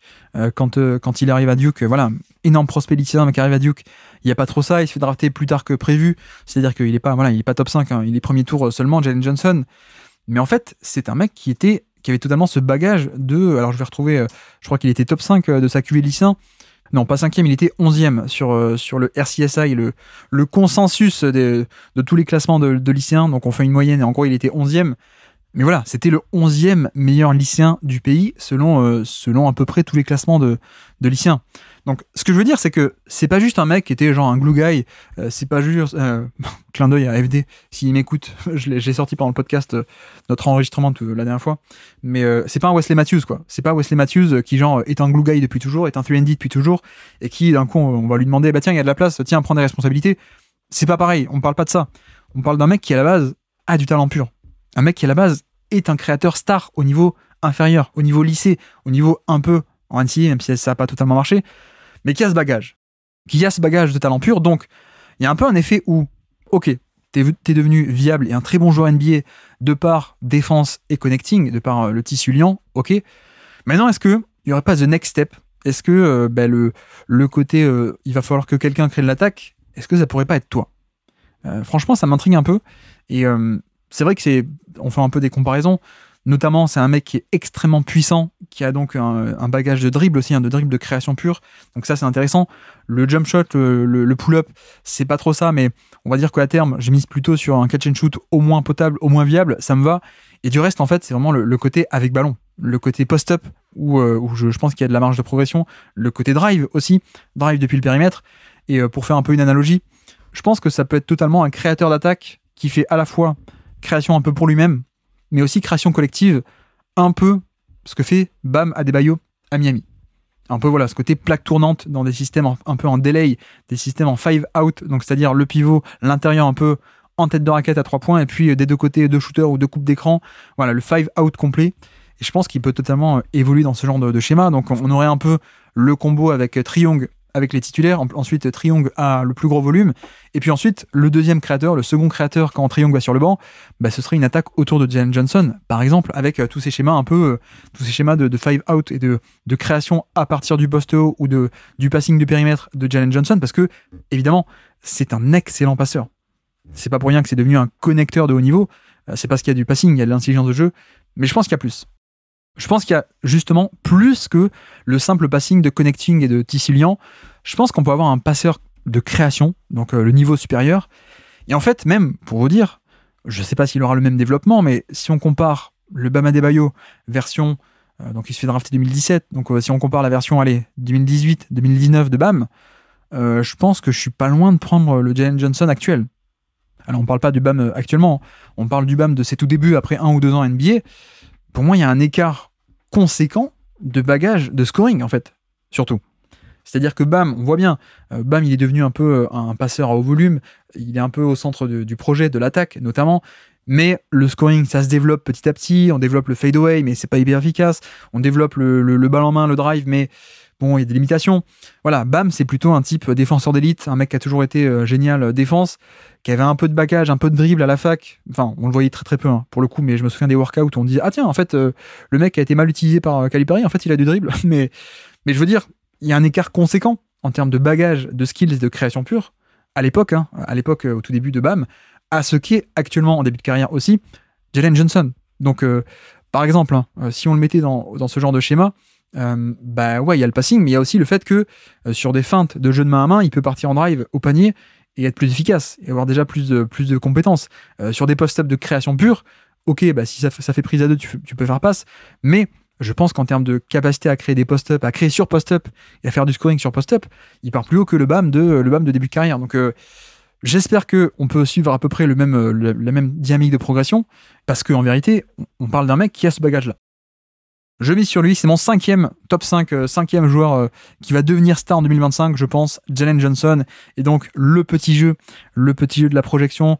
Johnson était à 18% d'usage à peine en 2024.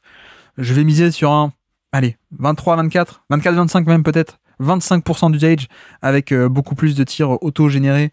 Donc là, cette année, on était à 76% de pourcentage de paniers assistés au général. Donc 3 sur 4 étaient créés par autrui. Si ça pouvait descendre autour des 60-65, ça aussi serait pas mal. Et en termes de chiffres bruts, on va dire que il était actuellement à 16 points de moyenne sur 34 minutes de jeu par match. J'espère qu'on va monter donc au moins au 25 d'usage et qu'on va approcher les 20 points par match, 20, 21, 22, un truc comme ça, plus 5-6 assists par match. Voilà, pour moi, une belle explosion. Ça pourrait ressembler à ça pour Jalen Johnson et donc même potentiellement une place au All-Star Game, carrément. Mais ouais, je suis à ce point fan du joueur. Un mec qui en plus, je l'ai pas dit, mais fait un peu partie de cette génération. Je crois que Alan Guillou de Santa Clara, dès qu'il vient sur le podcast, il nous en parle, de un peu cette génération 2020-2021 de lycéens qui ont eu un peu un parcours un peu tronqué à cause du Covid. Donc l'année senior, il a fait que 9 matchs. Le développement, enfin, c'est voilà, pas top. Donc un peu cette génération qui a été bien touchée par le Covid en termes de nombre de matchs, en termes de développement, etc. etc. Donc Jalen Johnson, mon numéro 5 pour une grosse saison, je m'y attends.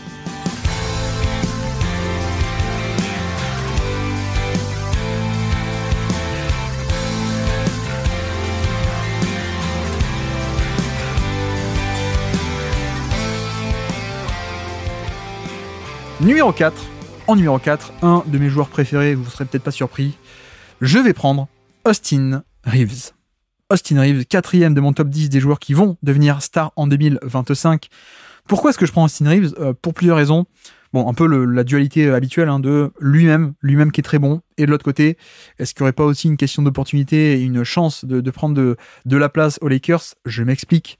Austin Reeves explose en 2023. Ça, on connaît un peu tous l'histoire en 2023 avec notamment les playoffs, où en playoffs, ça devient le deuxième créateur de cette équipe, de très haut niveau. Et on s'est dit, bon, allez, ça y est, on est lancé. Le truc, c'est qu'on a été déçus en 2024. En tout cas, moi, j'ai été déçu parce que la prise de pouvoir n'a pas eu lieu l'an passé, alors que moi, je pouvais un peu l'espérer. Elle n'a pas eu lieu, pourquoi ? Parce que plutôt que de continuer sur la lancée de tiens, playoff 2023, t'es quand même notre deuxième créateur et troisième joueur le plus important, non, tu vas sur le banc. Et puis Darvin Ham, au niveau des rotations, il a commencé l'année en voulant un peu équilibrer les line-up. Il n'a pas su trop quoi choisir entre soit Austin Reeves, soit Russell, titulaire ou pas titulaire, etc.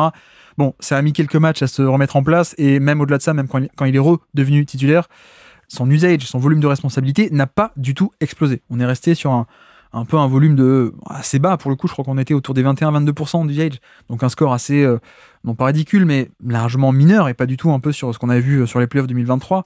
Et pourquoi ? Parce que on a eu un système de hiérarchie aux Lakers en 2024 qui était LeBron, ok, et puis après plein de créateurs secondaires.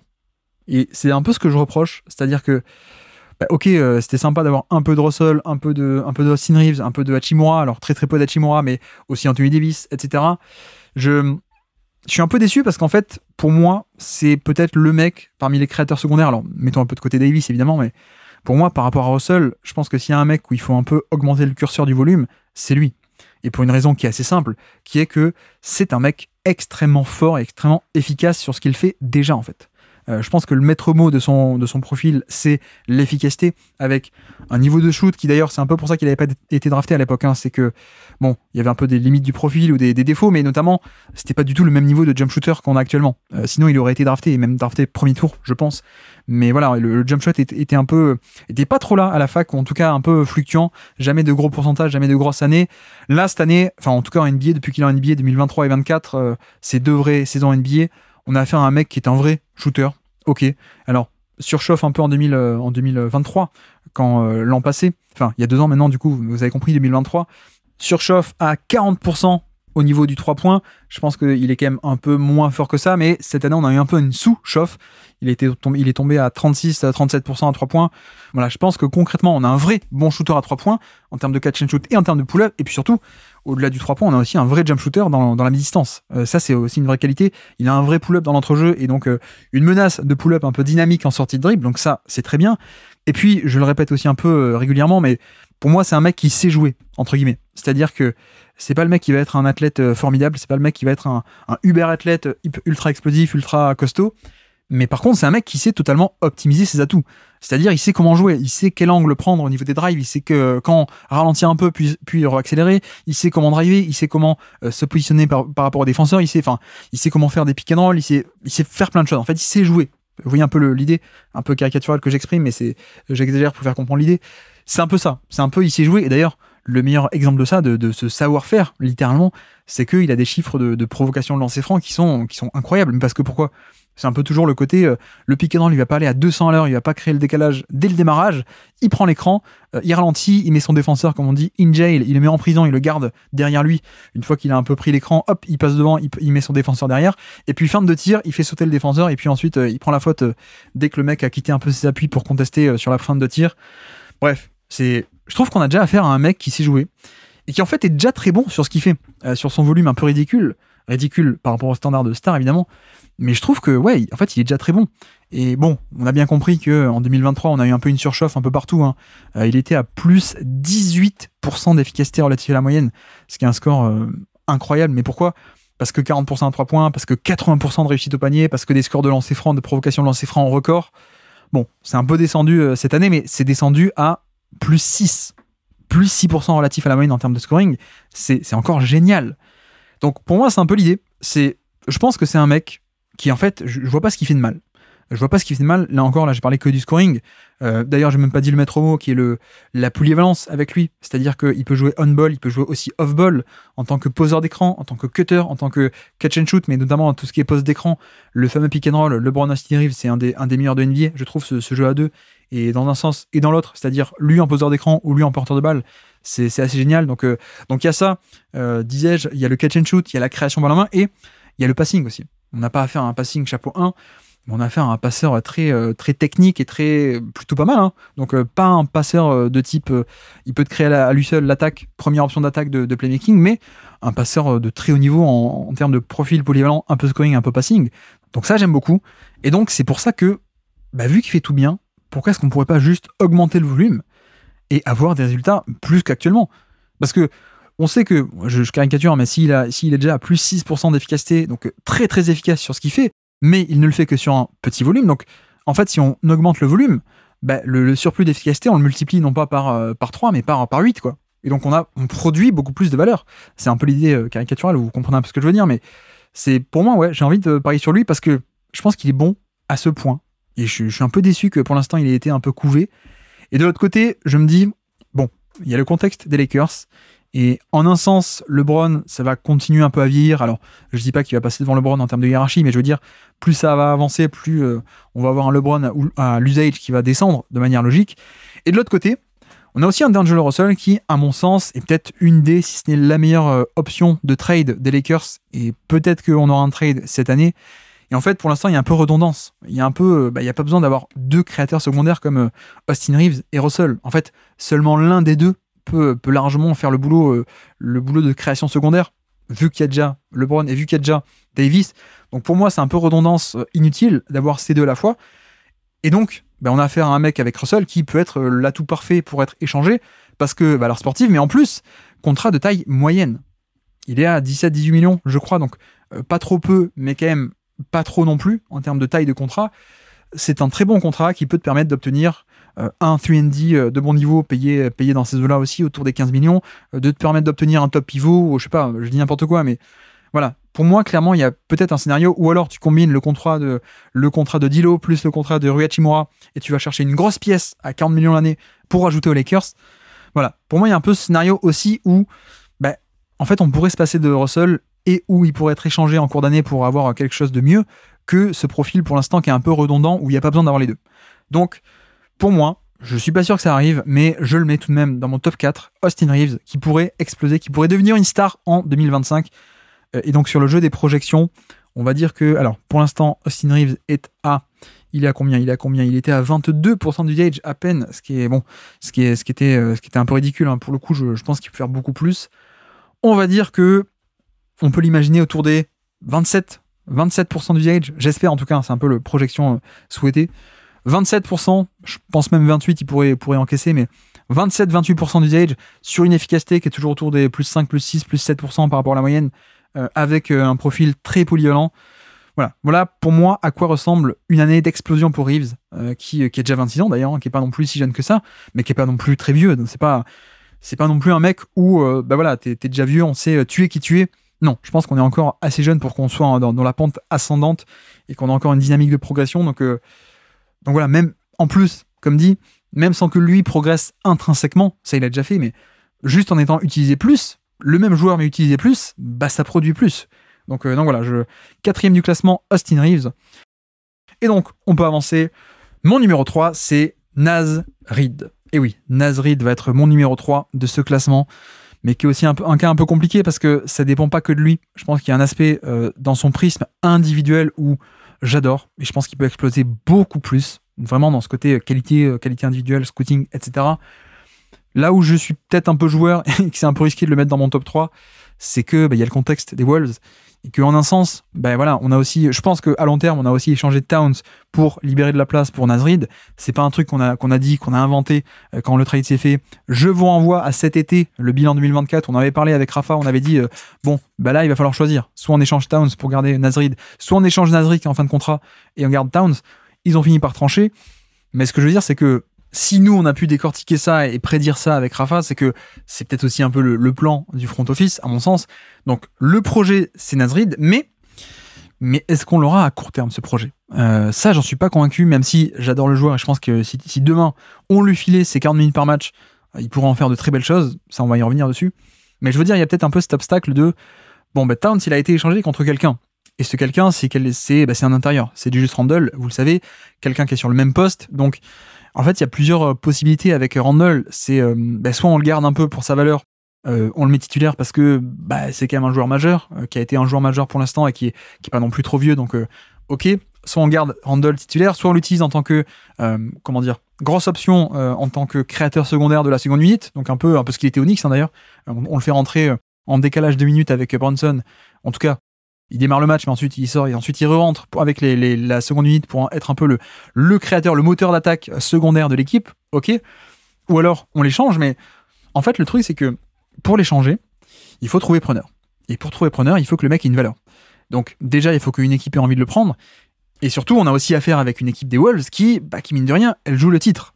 Donc, en vrai, dans la théorie, on pourrait totalement se dire, ils sont amoureux de Naz Reid, ils ont échangé Towns parce que ça donnait un peu d'air, de flexibilité financière, mais aussi pour prolonger Naz Reid à terme, ok, pour lui donner plein de ballons et pour que ça soit le titulaire à terme, d'accord. Mais le truc, c'est que t'as pas envie non plus de salary dump Julius Randle contre rien. T'as pas envie de te dire, Charlotte, ils veulent bien le prendre contre rien et avec un tour de draft, donc tu mets Randle plus un ou deux assets, un jeune ou un asset avec Randle, et tu t'en débarrasses à Charlotte. Ok, c'est faisable. Tu pourrais, dans la théorie, tu peux faire ça pour te dire, je fais ça, comme ça, je donne la place à Naz Reid, mais t'as pas envie de le faire. T'as aucun intérêt à le faire quand tu es Minnesota, parce que même si tu veux le faire à terme, et même si c'est l'objectif, tu peux pas non plus l'échanger contre rien. Il y a quand même un peu ce principe de rétention de valeur.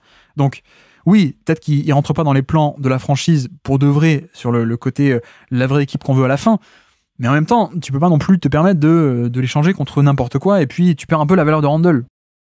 Le but, c'est aussi, avec ce côté rétention de valeur, je pense, d'attendre un peu et de trouver preneur, et de l'échanger contre une bonne option. C'est-à-dire, là encore, par exemple, arriver à pourquoi pas l'échanger à Brooklyn contre un 3&D ou 2, contre des mecs compétents. Mais je pense pas que le plan, ce soit de l'échanger, de le bazarder le plus vite possible et contre rien, juste pour faire de la place à Naz Reid. Mais donc, c'est vrai que c'est un peu risqué parce que je crois en Naz Reid, mais à quel point est-ce que les Wolves vont arriver plus ou moins rapidement à l'échanger ? Je ne sais pas à quel point, juste d'ailleurs, c'est pas trop le plan. Peut-être que à court terme, ils se disent, pour l'instant, Randle est bon, on va garder comme ça, et puis on verra pour l'an prochain et l'année d'après, mais pour l'instant, 2025, on va rester un peu comme ça avec Randle en joueur un peu majeur. Je sais pas. Donc, le choix est risqué, mais, j'adore Naz Reid. Ça, vous le savez, je pense. J'adore Naz Reid pour plusieurs raisons, qui est que, notamment, le fait qu'on a vu une dynamique de progression qui a été assez incroyable depuis son arrivée en NBA. Et en plus, en fait, sur un minutage qui a été très limité, il était incroyablement bon. Donc c'est un peu la même chose que pour Austin Reeves, en fait, dont on a parlé à l'instant. Mais pour moi, Naz Reid, c'est juste le fait de, en fait, sur ce qu'on te donne, le rendement, ce que tu nous retournes, c'est déjà un rendement qui est extrêmement intéressant, même plus qu'intéressant. Le fait est que pour l'instant tu jouais pas trop parce qu'il y avait Towns, il y avait Gobert, donc il y avait un nombre de minutes limité, mais il y a un peu cet aspect avec moi, enfin pour moi en tout cas il y a cet aspect avec Naz Reid de en fait t'es déjà très très bon sur tes minutes, donc il y aurait juste à monter le curseur des minutes et des responsabilités. Je pense qu'on n'est pas sur c'est pas genre je mise sur le fait que tiens le joueur est bon mais il va passer de 5 sur 10 à 7 sur 10 en termes de qualité intrinsèque et de qualité de basket. Non, pour moi c'est déjà un mec qui entre guillemets est déjà un 8 sur 10, 7 sur 10, mais un peu sous-utilisé parce que équipe très dense en fait. Donc déjà c'est le premier point. Le deuxième point en plus c'est que ça sort pas de nulle part. Ça sort pas de nulle part du tout. Naz Reid un peu star, un peu création. Je pense qu'actuellement c'est aussi un mec qui peut un peu toucher à tout. C'est ça la force de son profil, c'est que un peu de shoot parce que c'est un talent avec un toucher de balle pour sa taille qui est phénoménal. On va y arriver, on va en parler. Mais le shoot il peut le faire, le spacing il peut le faire, même s'il peut pas le faire au niveau de Towns évidemment.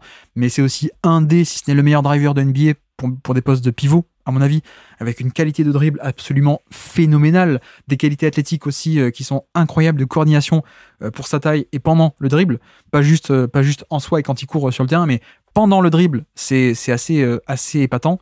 Donc le dribble, le shoot, le passing par contre c'est pas trop là, mais on a aussi de la création en post-up face à des mismatchs, post-up même face à des pivots, donc du post-up un peu plus de création pure, post-up d'initiation. Donc ouais, moi j'ai aucun mal à voir Naz Reid exploser totalement. Et en fait là où c'est intéressant, et d'ailleurs je suis assez fier parce que c'est un mec que j'avais pris dans mes All Hipster Team à l'époque, j'avais un peu misé sur lui à l'époque où il était un peu sous les radars et pas du tout joué, etc. Mais non, mais pourquoi je l'avais pris à l'époque ? Je suis pas non plus, je suis pas un génie, c'est juste que c'est un mec qui est un ancien lycéen superstar. Et pourquoi est-ce qu'il avait été non drafté à l'époque ? Parce qu'en fait, il a fait, allez voir des vidéos si vous voulez, des vidéos de Naz Reid à LSU, sa fac de LSU, c'est des progrès athlétiques absolument bluffants. Et c'est un peu l'histoire de sa carrière parce que, en fait, le talent pur, il l'avait. Le skills, il l'avait. Le niveau skills, il l'avait.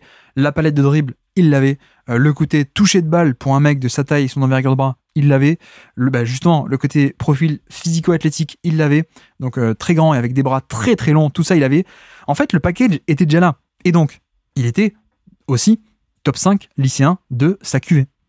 C'était un des 5 meilleurs lycéens de tout le pays en 2018, je crois, ça doit être l'année, puisqu'il se fait non drafté en 19.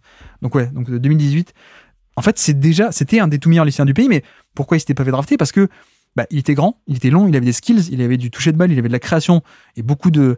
Voilà, ce niveau de skills et de toucher pour un mec de sa taille, c'est quand même assez rare. Par contre, il était très pâteau. Donc grand, mais athlétiquement c'était un peu, il était à la ramasse, donc assez cata son année à la fac, défensivement assez cata aussi, et puis même en termes de tout ce qui est drive, tout ce qui est création pure sur du drive qu'on voit actuellement, il n'y avait pas en NBA. Au début il n'y avait pas du tout. Et moi je me souviens que quand j'en parlais dans la All Hipster Team 2021, donc intersaison 2021, je dis ouais il y a ça un peu, mais bon, à voir comment ça se développe, parce qu'il avait déjà un peu commencé à évoluer son profil physico-athlétique, et c'est ce qui m'avait un peu moi fait penser que on était dans la bonne direction. Mais les progrès sont bluffants, et on a aussi un mec qui, je l'ai même pas dit, défensivement est extrêmement viable, et même extrêmement impressionnant. Je pense pas qu'on ait un protecteur de panier, je pense pas qu'on ait quelqu'un qui peut être le dépositaire du jeu et de la défense de son équipe, mais mobilité de très haut niveau, donc une capacité à bouger dans l'espace c'est le jour et la nuit. Hein. Le jour et la nuit par rapport à l'époque où il était pas drafté et où il jouait pas aux Wolves parce qu'il était pas bon, mais une capacité à jouer dans l'espace qui est phénoménale avec sa vitesse, sa mobilité, sa coordination, son équilibre et donc ses centimètres. Donc ça aide pour avoir un grand périmètre d'action, un grand volume off-ball, ça aide ses centimètres. Et ouais, en fait, c'est pour moi un mec qui est devenu très bon, mais là où je suis un peu confiant sur le côté explosion, je sais pas si vous voyez ce que je veux dire, mais là où je suis confiant sur le côté explosion, c'est que le bagage, il l'a de base. C'est pas il a inventé un toucher de balle, c'est pas il a inventé un dribble. En fait, il a déjà tout ça de base. Donc, ça me rassure un peu. C'est un peu comme on disait avec Jalen Johnson, en fait. Hein. En un sens, c'est pas genre, tiens, ce 3&D, il est pas mal. Essayons de le passer au révélateur de, tiens, t'as plus de ballons, vois ce que t'en fais. Non, en général, ça marche pas. Là, avec Jalen Johnson et avec Naz Reid, ça me plaît parce que c'est des mecs qui, au niveau inférieur, avaient ça. Qui ont cet historique, qui ont ce développement en eux. Donc, je suis très confiant. Comme dit, je ne sais pas si ça va arriver, mais au jeu des projections, on va dire que si ça arrive, s'il est titulaire, s'il a un gros minutage, je pense qu'on peut avoir une explosion assez incroyable. Et donc, sur quoi on peut miser en termes de projection, on va dire que Naz Reid, déjà, si explosion il n'est plus à 24 minutes par match, il est à 30, 32. Voilà, c'est première chose, c'est un peu ça. Le minutage, première chose. Et puis, plutôt que d'être à 21% d'usage, je l'imagine plutôt autour des 24, 25, 26% d'usage. Alors, c'est compliqué parce que l'usage, c'est aussi la répartition de selon qui est sur le terrain. Donc, c'est la part d'action finie par le joueur quand il est sur le terrain. Mais je pense que s'il passe titulaire, de toute façon, il y aura aussi titulaire Mike Conley, il y aura aussi Anthony Edwards sur le terrain. Donc voilà, on peut pas non plus penser que ça va devenir un 30% d'usage aussi facilement. S'il vient à jouer titulaire, il sera à côté d'autres gros créateurs, donc on peut pas non plus miser sur un énorme volume de responsabilité d'un coup, peut-être à terme, mais pas d'un coup. Donc on va dire que la saison de l'explosion de Naz Reid, c'est 33 minutes par match, c'est 25% d'usage, ce qui est déjà un bon score quand on joue à côté de Edwards, de Mike Conley, de McDaniels, etc. Et puis, on va dire en termes d'efficacité, un peu comme actuellement, quoi, au-dessus de la moyenne. C'est-à-dire que là, il doit être autour des plus 3, plus 4%, je crois, si j'arrive à aller vérifier en 2 clics. J'avais oublié de le noter sur ma fiche. Mais ouais, en 2024, il était à plus 3%. Je pense même qu'on peut aller gratter plus. Hein. Je pense même qu'on peut aller gratter un peu plus. Mais voilà, on va dire 25% d'usage, plus 4% d'efficacité au scoring, à l'efficacité, et plus de 30 minutes par match. Ce serait vraiment la saison de l'explosion pour moi, pour Naz Reid, et j'espère qu'elle va arriver.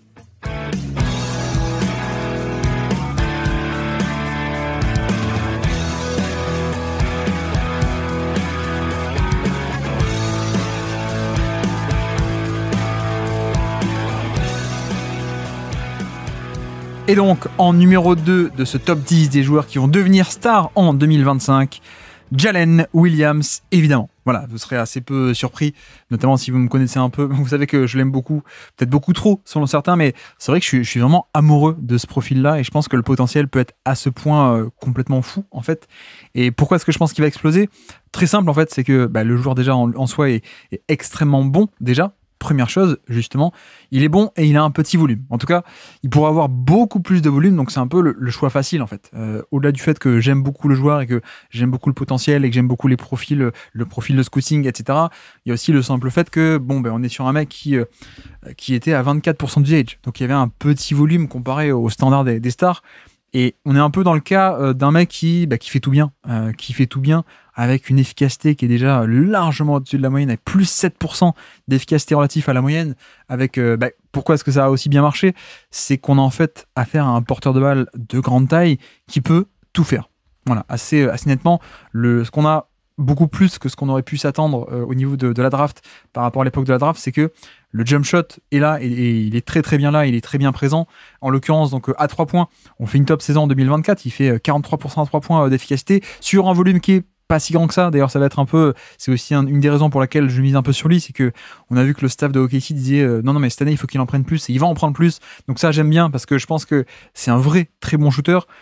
Je suis pas sûr que ce soit un mec à 43% en carrière. Je pense que l'an dernier il y a peut-être un peu eu un léger côté surchauffe ou surréussite un peu. Je pense que le vrai niveau il est autour des 38-39%.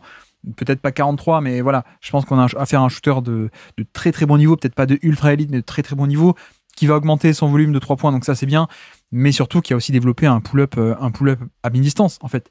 Et ce qui fait qu'on a un mec qui est aussi dangereux un peu partout sur le terrain, 50% sur les longs tirs à 2 points l'an passé.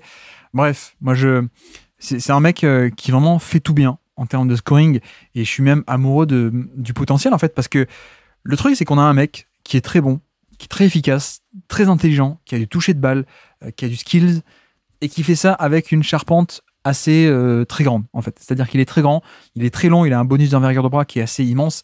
Et en fait, c'est un peu, c'est toujours un peu la même chose. C'est-à-dire que c'est pour ça que les mecs qu'on drafte des mecs très hauts avec des profils physiques à ce point grands et longs, c'est parce que c'est un peu la fondation du potentiel. Alors, le problème, c'est que parfois on fait l'inverse. On drafte à l'envergure de bras et à la taille, et en se disant il y a la charpente, il va développer les skills dedans, alors qu'en fait parfois il vaut mieux drafter un mec qui a les skills pour sûr et pas les centimètres, parce que le mec qui a les centimètres c'est pas sûr qu'il développe les skills. Donc parfois on fonctionne un peu à l'envers au niveau de la draft certaines fois. Mais avec Jalen Williams, le truc c'est que on sait que le niveau est là, quoi. On sait que le niveau est là, et donc en fait pour moi il y a un peu ce truc où je vais pas refaire le refrain, ou je vais même pas recomparer à SGA, mais imaginons qu'on ait un peu une progression similaire à celle de SGA. Pour moi, si on a ça, donc un développement similaire, et un niveau de jeu, un niveau de skills, un niveau un peu similaire, je pense que l'impact sera plus grand, parce que le mec, c'est pas juste un grand meneur, c'est un grand ailier qui peut être absolument phénoménal. Donc c'est un peu pour ça que moi je parie sur lui, mais très facilement. Moi, un peu les yeux fermés. Je vais sur lui les yeux fermés. Je pense que ce sera une star. Je pense que c'est déjà une star et que pourtant il a un volume qui est très faible. Alors, il n'a pas passé le test des playoffs, en effet. C'est-à-dire que en playoffs, on a eu moins le côté créateur. Bon, en même temps, le spacing n'était pas top et il est très très loin du niveau de SGA. Et même SGA, je dirais pas qu'il a surnagé SGA, mais SGA a aussi beaucoup fonctionné parce qu'il a un shot making de folie. Hein. La série contre Dallas, c'est pas tant je trouve des solutions malgré le spacing et malgré les schémas agressifs, je trouve des solutions. Non, SGA il fonctionne aussi beaucoup sur cette série. Il est fabuleux. Pourquoi ? Parce que on le force à prendre des tirs difficiles et il les met. Donc voilà, c'est aussi la différence, c'est que évidemment Williams c'est quand même beaucoup plus loin par rapport à ça. Il n'est pas du tout à ce niveau de shot making et de skills, etc. Mais en fait, pour moi, c'est vraiment une évidence que on a un mec qui est déjà très bon, qui a un niveau de toucher autour du panier qui est extrêmement intéressant, qui peut attaquer depuis le drive, qui peut attaquer sur pick and roll, qui peut attaquer sur isolation, qui a du jump shot, qui a du pull-up quand tu passes sous l'écran, qui peut jouer off-ball, qui peut jouer avec le ballon, qui peut jouer en cut, qui peut jouer en transition, il peut tout faire. Et en plus, il y a aussi un niveau de passing hyper intéressant, bien entendu. C'est même peut-être là où il a un petit avantage, je trouve, par rapport à SGA. Je trouve que la créativité sur passing, elle est peut-être un peu supérieure avec Jalen Williams. Et en plus, donc, ce truc de le volume est assez petit. Hein. Pour l'instant, le volume est assez petit, avec une équipe qui a été une équipe d'élite en 2024 à OKC. Et bon, non pas qu'il ait été couvé, mais voilà, il a que 22 ans. On n'a pas non plus essayé de forcer les choses, alors que je pense qu'à terme, et même déjà dès l'an prochain, on aura un mec qui sera pas à 24, mais peut-être, projection. Moi, je pense que dès l'an prochain, on peut être à 28 et que dans 3-4 ans, on sera à 32, 32-33. Je pense vraiment que voilà, c'est le mec qui fait déjà tout bien sur un petit volume. Il suffit juste d'augmenter le volume. Et en fait, pareil que comme on dit avec Austin Reeves, hein, pourquoi pas avoir en fait le même rendement sur beaucoup plus, et donc au final une productivité beaucoup plus grande. Mais en plus, ce qui est intéressant, c'est qu'il est déjà très bon, et avec en plus des éléments de jeu où il n'est pas encore parfait. Donc en fait, au général, il est très bon, avec des marges de progression assez évidentes dans certains endroits, notamment le shot making est plutôt pas mal sur jump shot et sur pull-up, etc. Mais c'est vrai que je pense qu'il y a encore beaucoup à gratter de valeur sur drive. Et pas, il y a beaucoup à gratter dans le sens, il est pas bon. Dans le sens vraiment, je pense qu'il peut faire plus. C'est pas comme si Fred VanVleet, t'es 49e sur 50, il y a de la valeur à gratter. Non, parce qu'il peut pas aller plus haut. Mais je veux dire, Jalen Williams, on a aussi affaire à un mec qui est pas explosif, qui c'est pas du tout un athlète un peu explosif, classique explosivité, des mecs qui sont draftés très haut, donc je pense que ça a aussi un peu participé à l'époque.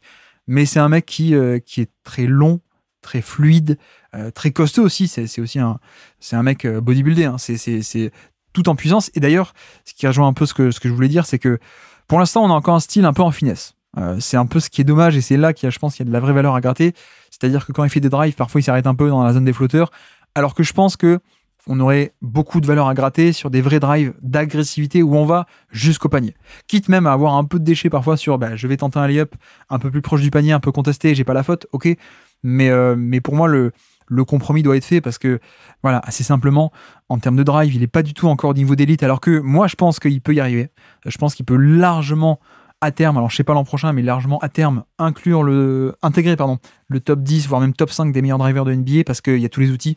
Il y a le dribble pour aller au panier, il y a la longueur de bras, il y a la taille, il y a la verticalité plutôt pas mal, pas explosif, mais assez de verticalité pour arriver au niveau du panier, jouer au niveau du panier et pas en dessous du niveau du panier. Le toucher, j'ai déjà dit, plus ce côté manque à gagner pour l'instant sur lancer franc, où il est à peine dans la moyenne en termes de provocation de lancer franc, et ça peut être largement mieux. Enfin bref, en fait, tout est très bien chez lui.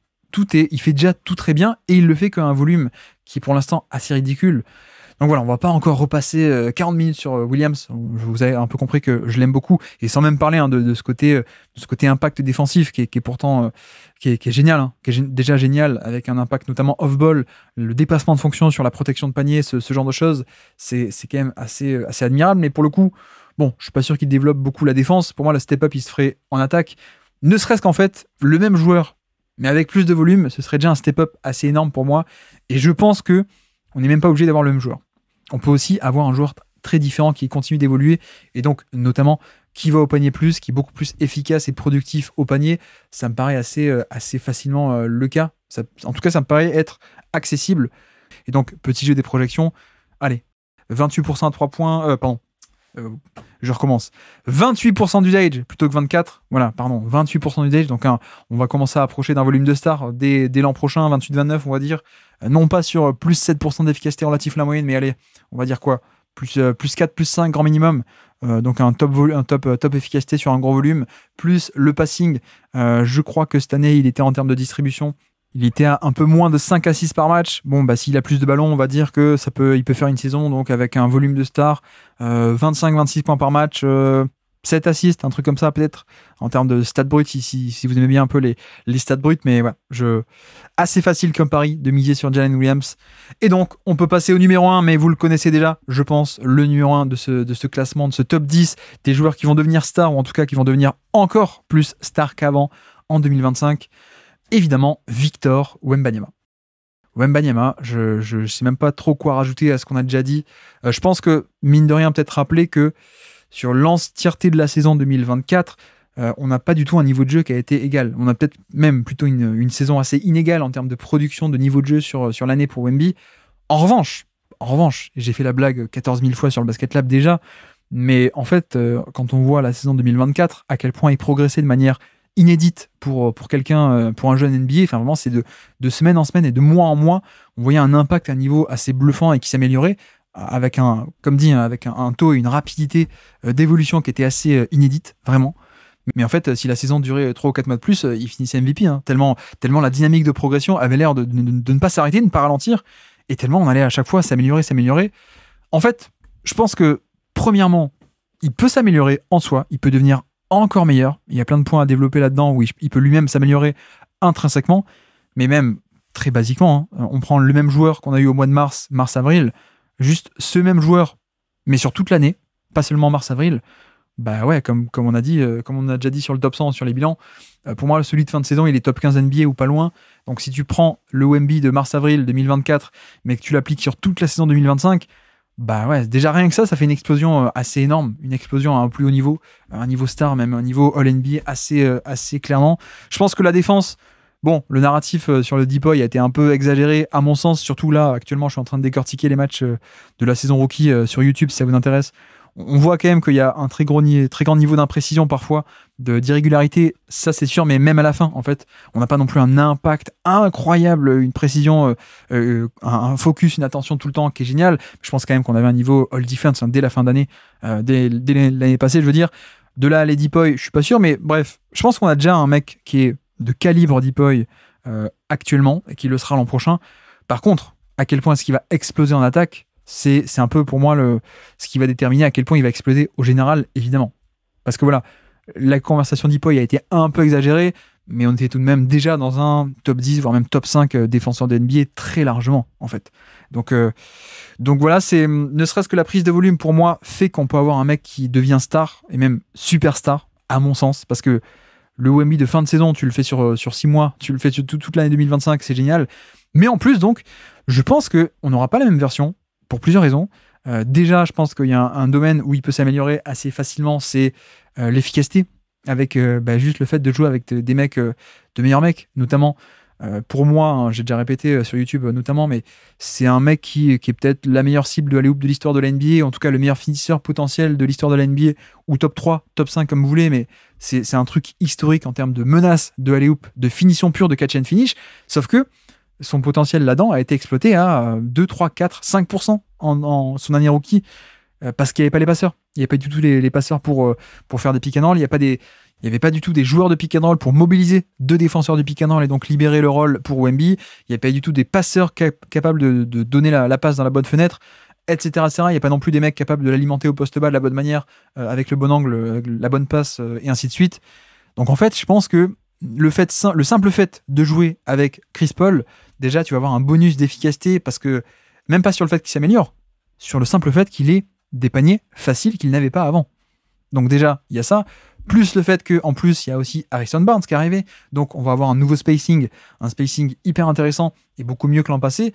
Donc ça, pour un Wemby qui va au panier beaucoup plus fréquemment, bah ça va être génial, hein, parce qu'on l'a vu qu'il a développé le drive petit à petit en 2024, mais c'était pas parfait, et surtout parfois il y avait des obstacles de spacing. Donc là, le fait qu'on mette Harrison Barnes au poste 5, donc un vrai shooter, je pense que ça peut ouvrir des brèches pour Wemby qui va au panier. Et puis à quel point est-ce qu'on va pas aussi continuer un peu à développer le shoot, c'est-à-dire le pull-up de bon niveau, pourquoi pas, mais aussi le jump shot, le catch and shoot à 3 points, un truc sur lequel il n'a pas été bon du tout en 2024. Si ne serait-ce qu'on n'est pas, si on n'a même plus le plus mauvais shooter de catch and shoot de NBA comme l'an passé, mais qu'on a un mec dans la moyenne, voire même moyenne un peu haute, bah ouais, ça fait quand même beaucoup de points en plus en termes d'efficacité. Donc voilà, je pense qu'en termes de projection, sachant qu'on a déjà connu des montagnes russes l'an passé en termes de volume, et pourtant il a fini l'année à 30%, donc malgré des passages en janvier où il jouait 20 minutes par match, malgré le début de saison où il n'était pas du tout autant responsabilisé, en fait on a un mec qui a déjà fini avec 30% d'usage, donc la barre symbolique des volumes de Star. J'ai envie de dire 2025, projection, allez, 34% d'usage à mon avis, et avec une efficacité qui était à moins de 3% relatif à la moyenne l'an passé. On va dire que quand on prend en compte son amélioration individuelle, ses paniers faciles qu'il va obtenir avec Chris Paul, plus le spacing, je pense qu'on peut aller taper un plus 4%, je peux parier là-dessus si vous voulez, 34% d'usage avec plus 4% relatif à la moyenne d'efficacité, voire même plus, hein. Et c'est pas impossible non plus qu'on aille taper du 6, 7, 8% parce que si on arrive à obtenir beaucoup de catch and finish facile, bon bah ouais, ça booste très très vite le total, donc le côté prudent c'est plus 4%, je serais prêt à monter à plus 6, 7 hein, en vrai, donc voilà, et puis en plus l'aspect aussi de comment dire, il peut aussi faire briller l'équipe en termes de création de jeu, parce qu'on l'a vu, ça a été l'initiateur de l'attaque sur toute la deuxième partie de saison, ça a été lui, c'est-à-dire que c'est lui qui crée le jeu, c'est lui qui attirait les prises à deux, c'est lui qui ensuite libérait, mais que ce soit sur post-up les prises à deux, ou que ce soit les pick and roll inversés, les fameux pick and roll inversés, bah voilà, c'était lui qui était à la base, à la création du décalage. Et ensuite, on faisait extra passe, et soit bah, ça faisait pas extra passe parce que le jeu était bloqué, parce qu'il n'y avait pas les bons joueurs, soit ça faisait extra passe, on trouvait le 3 points, et on avait un Trey Jones ou un Jeremy Soran qui était en bout de chaîne, mais qui ne mettait pas le catch and shoot à 3 points.